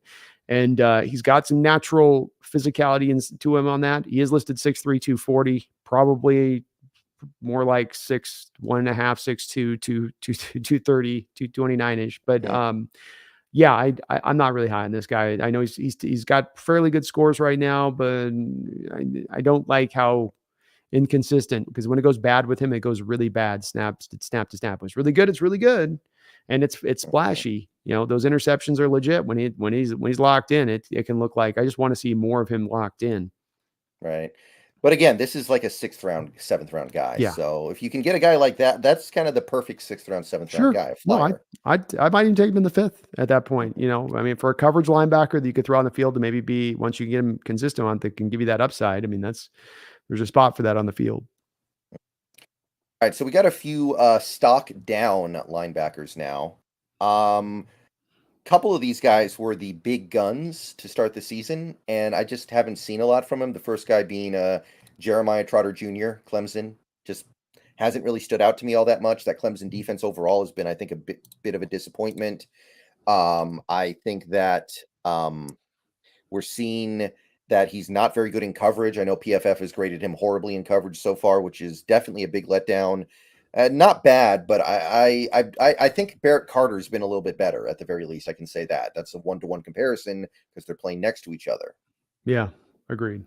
No, I totally agree. It's and you worry about him as well, not having good coverage instincts where he's already undersized. So, you know, at the pro level, if you've got some instincts that are problematic already, and then you're not able with the length or size to get to certain balls or into places of certain window throws. I think it's a big worry right now as it stands with Trotter looking at him at the next level. Yeah, that size thing we already talked about that before, but this guy is like 210 apparently. This guy's I'm like worried he's safety size. 5'9". I'm worried he's 5'9.5" when he goes to the combine and tests out. I'm legit worried that Trotter's going to be that Yeah. small. Yeah, still some good stuff, but in the modern NFL, I'm wondering how well this works. Like, you can be small, but I don't think you can be this small. You can't. One guy that might help his case, who's balling out of control right now with Minnesota, who we both did like, was Ivan Pace. Mm, And maybe if there's a way for Ivan Pace to make it happen, this guy can make it happen. He is a good pass rusher, and he can bring that part, which was what really helped Ivan Pace, I think, as much as anything, get where he's got with Minnesota. But he's been a pretty good player for them overall in his first year. So maybe that's the one thing that can give him a bit of an opening. But even still, I think he's definitely dropped as far as yeah. this year's start. I liked what he did against FSU a little bit more. I think he's starting to trend in the right direction. I liked what he did against the Seminoles, but His tackling I in need to that see game was more. just it's just that the tackling part, because you come back to again the Yeah. undersized guy with the arms where you go, well, does he have long enough arms to wrap around some of these bigger ball carriers? You get FSU is going to have some ball carriers that are a little more NFL sized and kind of slides off them. It has a couple of broken tackles in that game where you go, ooh, buddy, come on, those are exactly the kind of middle linebacker tackles I'm going to need you to make it the next level. Let's see here. Next up, I'm also a little bit down on Tommy Eichenberg. Not anything really critically bad, but he hasn't been in the backfield as much. There doesn't seem to be anything too stand out about his game. His run defense grade's actually bad on PFF. It's like 53.1. Um, I'm not like super down on him or anything, but we were thinking about this guy as a first round pick at one point. Based off what I've seen in the first month, I'm not really feeling like that's gonna hold. I think he's kind of far from that at this point. Third round and onwards, I would say the Notre Dame tape. I mean, it wasn't good. It Mhm. wasn't good. There's no other way to put it. Like, that's a game where you need him stepping up there for you as a kind of a leader on that defense. And, he didn't. They snuck out with that game, but I don't think I came out very underwhelmed by him in that game, just from what I saw. 4 total tackles, 1 hurry, 36 defensive grade from PFF coming out of that game. Wow, I didn't know Disappeared. that. Yeah, not bad. Yeah, yeah. At 29 as a run defender in that game. 29 run defense grade. Yeah, So, and he's got Tyleik Williams in front of him. That should yeah, be like and every Hall, linebacker's dream. and Hall. Yeah. Tyreek and Hall, and they've got, I think, even an edge rusher, right? Don't they have that, the other guy is an edge rusher too there that's not bad. Uh, Um, oh, s Yeah, yeah. Tumu Latu. Right, right, exactly. He's So, very good. Yeah. see, you kill those 10-syllable names, man. That's why Mhm. I'm laughing about the baby thing. You got those other, but, I think he's drifting and sliding. There was times where he had some shades of Kuechly to him at times last year looking at the tape, but nowhere near as consistent, nowhere near as dominant. Just you could see some certain snaps where, ooh, that kind of reminds me a bit of like how Kuechly would play that. But Notre Dame game, that was your toughest competition this year. You played pretty good in the other games. You played okay in the other games, but then you get the toughest competition. Where did you get exposed in that one, or is that just a blip on your radar? We'll see. Final guy who I'm a little stocked down on right now is Jamon Dumas Johnson of Georgia. I like the other Georgia linebacker a little bit better, Smael Mondon Jr. I don't know, just haven't seen much from Dumas Johnson. Part of it is that George is playing non-competitive games, so he's probably sitting on the bench by the third quarter a lot. But just not really a big impact so far. PFF hasn't liked him. He's got 10 tackles in 4 games. Uh, I don't know. I'm not really feeling it. 10 tackles on 120 snaps. Mm, Yeah, there's not, I mean, he's got trigger quickness. He's a good blitzer. He's got some plus skills in coverage, but so far this year, and I'll admit, I haven't watched a lot of the Georgia tape with Tennessee Martin or Ball State or yeah. UAB. So I haven't deep dived too much into him, but it has been a slow start. Once he gets going against more of the upper end competition, I think we'll get a little bit more of a feel for him on this one. Mhm. Much like with that other Georgia kid we were talking about. Mondon, yeah. I like him a little bit better, I'll say that. I do too as well. Uh, anything else rattling around in the linebacker core as far as college football goes for you? That's what I had. Nothing up or down. Question for you is Oldolovofi. I'll let you do the names. The Washington kid. Oh, Has he done anything for his stock oh, so far? not to my knowledge. Let me take a quick look here. I know who you're talking about. He is good. I like him, but I haven't gotten the impression that he's considered somebody that's going to go particularly high in the draft. Yeah, I'm not seeing him on the aggregate, so the country doesn't seem to really know about him yet. I did want to ask you one thing though, actually. There's been a new person at the top of the consensus big board for linebacker for a couple weeks now. It's Laiatu Latu of UCLA, who I think is an edge, but for some Mhm. reason the sites list him as a linebacker. Do you have any idea what's going on there? He's an outside linebacker, so they call those edges outside 3-4 outside linebackers, so they turn him into 3-4 on Yeah. the deal with it. So Yeah, I don't think um, he's what we need, so I haven't really been looking at him too much. absolutely a 3-4 outside. But they'll just put him as a linebacker because reasons, but he's good. He creates pressure. He's gonna be a highly drafted guy. He's like the kid out of Washington that does the same kind of thing where they create real high pressure rates, Right. snap for snap. Mhm. Okay, Trice. so that's linebacker, and there's one position left that I've been keeping my eye on. It's safety. But to be perfectly honest, if we're being real here, with what this team has done with the contracts of Diggs and Adams, we're married to those guys for another year, pretty much. And Love too, probably. Yeah, probably Love. Love you could get out of, but it depends on how he plays. Right. If he plays well the rest of the year, you're going to keep him. And we know this team loves Jarek Reed the second. So I'm starting to wonder if the safety stuff is spinning our wheels a little bit because the circumstances make it hard. But this team has started to adopt a little bit of a BPA approach. Diggs and Adams will probably be gone in 2025.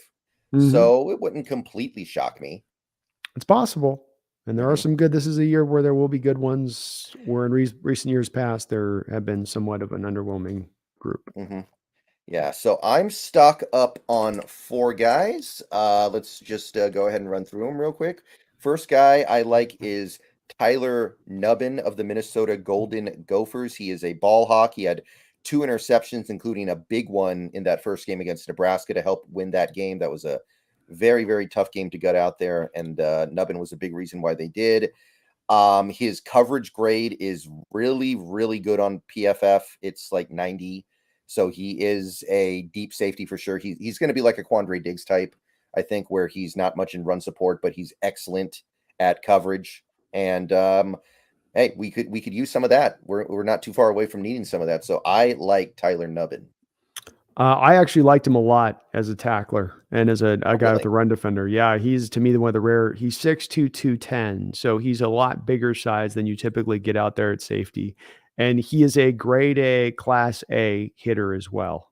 He will come up and absolutely decleat you, and he's another one like Cam would be, where Cam could just sort of hit you with a side glancing blow, which you had your kill shots from Cam, and then you had your glancing blows from Cam, but like where guys would still be getting up slowly and then hurt. If you go watch some of Tyler Nubin and what he's done out there on the field, or even go back to last year's stuff, he will absolutely leave a lot of guys slow to get up off the field after he hits him. But he comes up with picture perfect tackling technique in the run great when he comes up in run defense. Love what I saw. He's one of my early safety favorites right now in this draft from what I've seen from Mhm. his level of play. The one issue I have, I don't know if he's got quickness and I don't know if he's got speed. So I'm unsure about him in that part, but instincts and understanding how to play and just a good football player, yeah, he's got it on that. He's a good all around guy. Yeah, so the combine's going to be interesting for him, but that's interesting. I'll look into that a little bit more because I got the sense that he was more of a Quandre Diggs type, and his run defense grade has been bad so far this year. But I'll take a look at that for Yeah, sure. and it may be a bit dipped down this year, but it's they ask him to come up at times, and he's being asked to come up from free safety in the Minnesota scheme and actually make plays in the box, Hmm, which is okay. another unusual part. They also do. Remember when we were looking at Jordan Howden last year coming out, the Minnesota is one of those few teams in college football that do use the safeties interchangeably between free safety to strong safety, like purely in that role in that Mhm. way. So that's also where now he gets put in a lot of situations. Typical free safeties coming down won't be asked to come down the box. And so, okay, he comes down the box and misses a tackle. Yeah, you might technically dig him for that, but most free safety, like at the pro level, he's probably not going to be asked to do that as much in that Right. manner. Right. So Tyler Nubbin, definitely stock up there.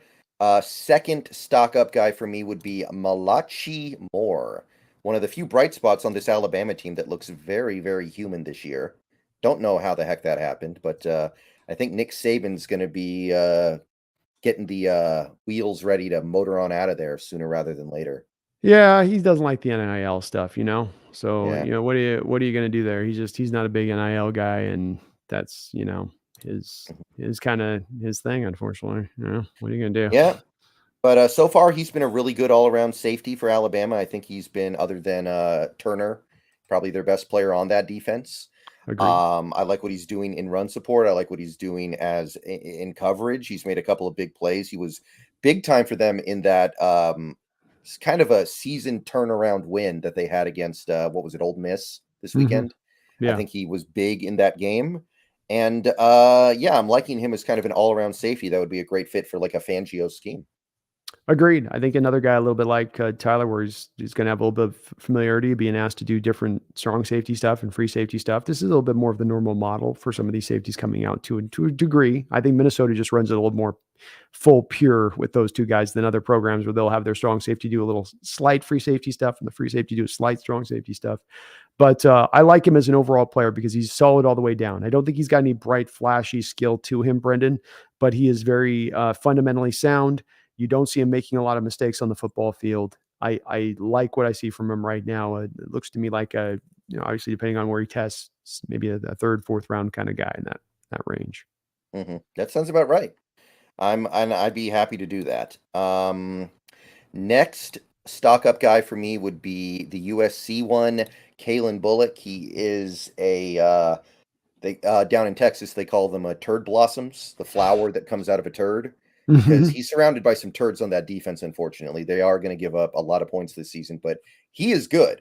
Kalen Mm. Bullock can play, great ball hawk, already showing it off so far this year. He had a big interception in the Arizona State game that ended up getting pretty close. It was actually a very important play that he made last year. He was kind of it was almost Ed Reed like the way he was ball hawking.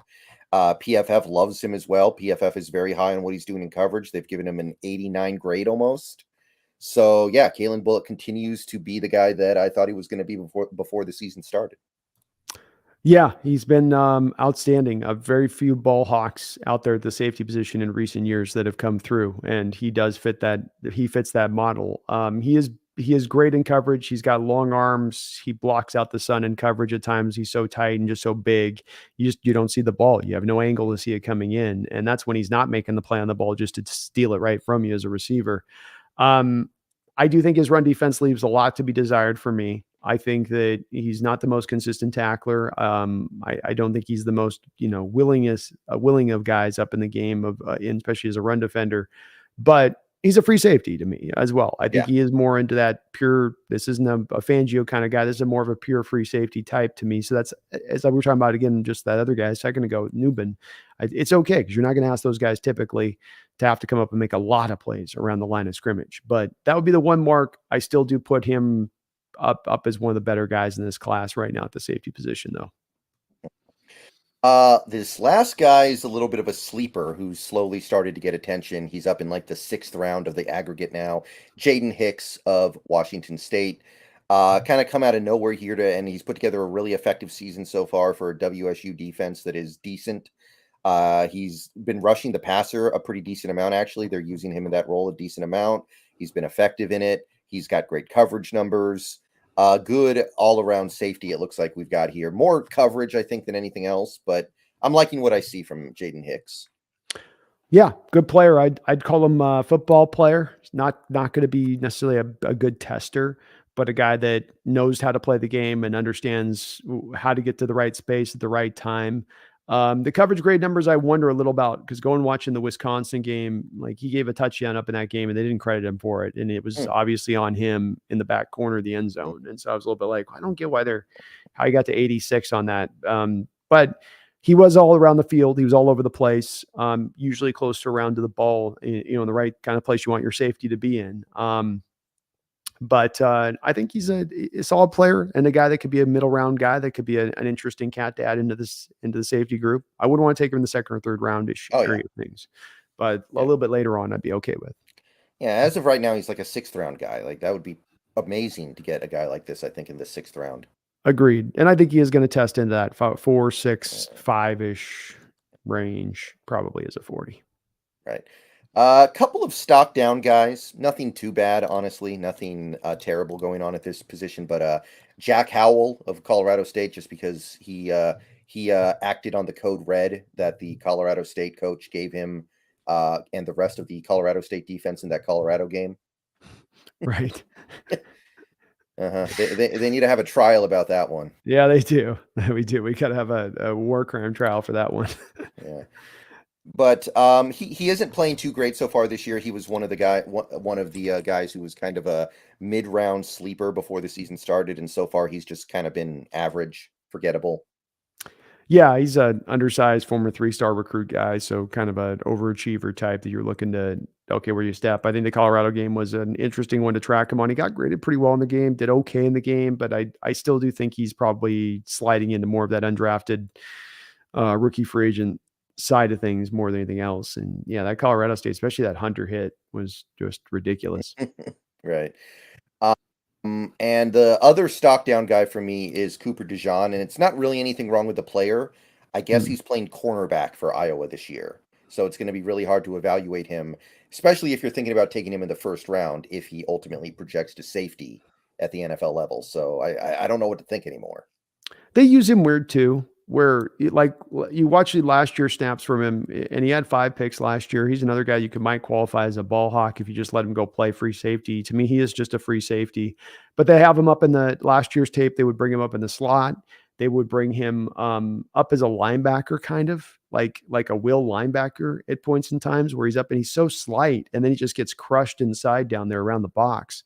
And it's hard to understand what it is that I was attempting to try to do with him there, because they're not putting him in a good place to me to succeed. He's a real fun player, quick and fast, but not oftentimes put in the greatest of positions, as evidenced by like what you just talked about this year with putting him in corner. I don't even think slot corner is the right spot. He should be a single high safety over there, or free safety over the top. All right, so that's all I had for safety stuff. Anything else stand out to you that I didn't get to? No, I think that you Okay. indeed covered most of the guys. We had the one other guy in Miami, but I think he's remained probably in about the same place as far as Kinchins? that's right. Yeah, Kitchens. Cameron I still Kinchins. do Yeah, like he's been him. good. I still do like him quite a bit. So, but no, I other do than too. that, I think that's been about it. The Snail, thank you for the $2 super chat. I wouldn't think Hicks is coming out this year. Maybe. Maybe. This NIT thing has made things a little more difficult to decipher at times. So that's possible. Yeah, and I mean, he's got some room to grow, I think, in certain NIL. parts. NIL, yeah. I mean, Yeah. that's it's certainly going to push certain things to certain places. I think the thing that could incorporate that too, to his point on that, Stanley, your point would be maybe the safety class might be a bit deeper than recent years, where a guy like Jaden, who if it was last year's draft, is maybe looked in more into the fourth roundish range, where this year it goes more sixth, seventh round, where give it a year and he might have a more of a chance to get it, Yeah. especially if he improves his stock a bit higher up on the board. Yeah. I said NIT by accident. I don't know why I said that. It's NIL. Oh, we know. I do the same thing. We know what you meant. Yeah. So yeah, that's really about it for the college football stuff. I think we covered a lot of ground here and did a lot of really good work, but that's our early impressions. Some good guys here, some really Oh good yeah. guys to look at. And what's nice here is what we're going to need, Brendan, going forward: linebacker, defensive tackle, defensive end. These are the places that appear to be particularly strong here in this upcoming draft. Left guard, looking at guard, we're going to need that, or right guard, another position that looks pretty good here early on Yeah. across the board. So I think people are falling in love with Anthony Bradford. They would be pretty sad if we passed him over. I'd get that. But I don't think Anthony's a left guard for sure. I think he's a right guard going Yeah. forward. Yeah. And so it does at least to there. But you also, as we've seen this year, getting some backup guys, even if you take a guy that's highly drafted, if it's being driven by value, Brendan, if you have Bradford starting, but we put a third round pick on a right guard and Bradford beats him out, and that guy's sitting on the bench, and that guy can occasionally fill in for your left guard if you need to call upon him. I don't think that that's the worst strategy to take when it comes to an offensive line. We've learned about the value of having some depth there here these last couple of games. The Snail, thank you for the $2. He's only a sophomore, is Oh, why I say that. Yeah. okay. The aggregate has him listed as eligible to enter the draft this year, so he could. Maybe he won't, but he Must be a red can. red shirt sophomore then, huh? Hmm. But Right. yeah, you're right, Sam. We saw this last year impact in a way we've never seen it happen before, and that's part of the reasons why this draft is why we're doing this too, folks. Is that this is probably due to be one of the strongest drafts we've seen in at least a decade, if not longer than that. Yeah. Because NIL pushed so many guys over to this year's draft who usually in any other given NFL year would have gone into the draft, started their clock ticking as fast as they could to get themselves to their next contract. And NIL doesn't do that anymore. So this does mean that it's going to be a real good draft. Yeah, it is. Okay, I think then we are done here. So, Brandon, thank you for coming out tonight and doing this with me. I think we did some great work tonight. I'm Oh yeah, really brother. happy with the way this college football season's going so far, honestly. Me too, man. We're looking at these positions that we from quarterback to guard to linebacker these are the positions looking good and right. Players taking strong draft players. So it's if we're going to need some guys to get us over the hump and have young guys who can come in and play strong from the jump because they've had that extra year in college, like maybe one of these NIL guys, where they're a little more established, a little more finished product coming out. We have the guys that I think that we're going to look to start to target to help us get us there. If we can't find a free agency, if we can't find a via trade. All right, so everybody in the crowd, thank you for coming out tonight and enjoying it. Thank you to everybody who's watching this on video on demand later. I think that this is the kind of stream that might, as we get to the end of the season, maybe people will start looking back at trying to determine what's going on with the draft. But thank you to everybody who's already got part of their focus on this upcoming draft. You always got to have one eye on what's going on over there.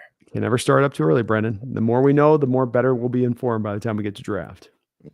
So tomorrow we will be reconvening for the pregame versus the Giants, the Monday Night Football game against the Giants. So we'll be seeing each other again very soon, Brandon. So thank you for coming out tonight, and I can't wait to do it again tomorrow.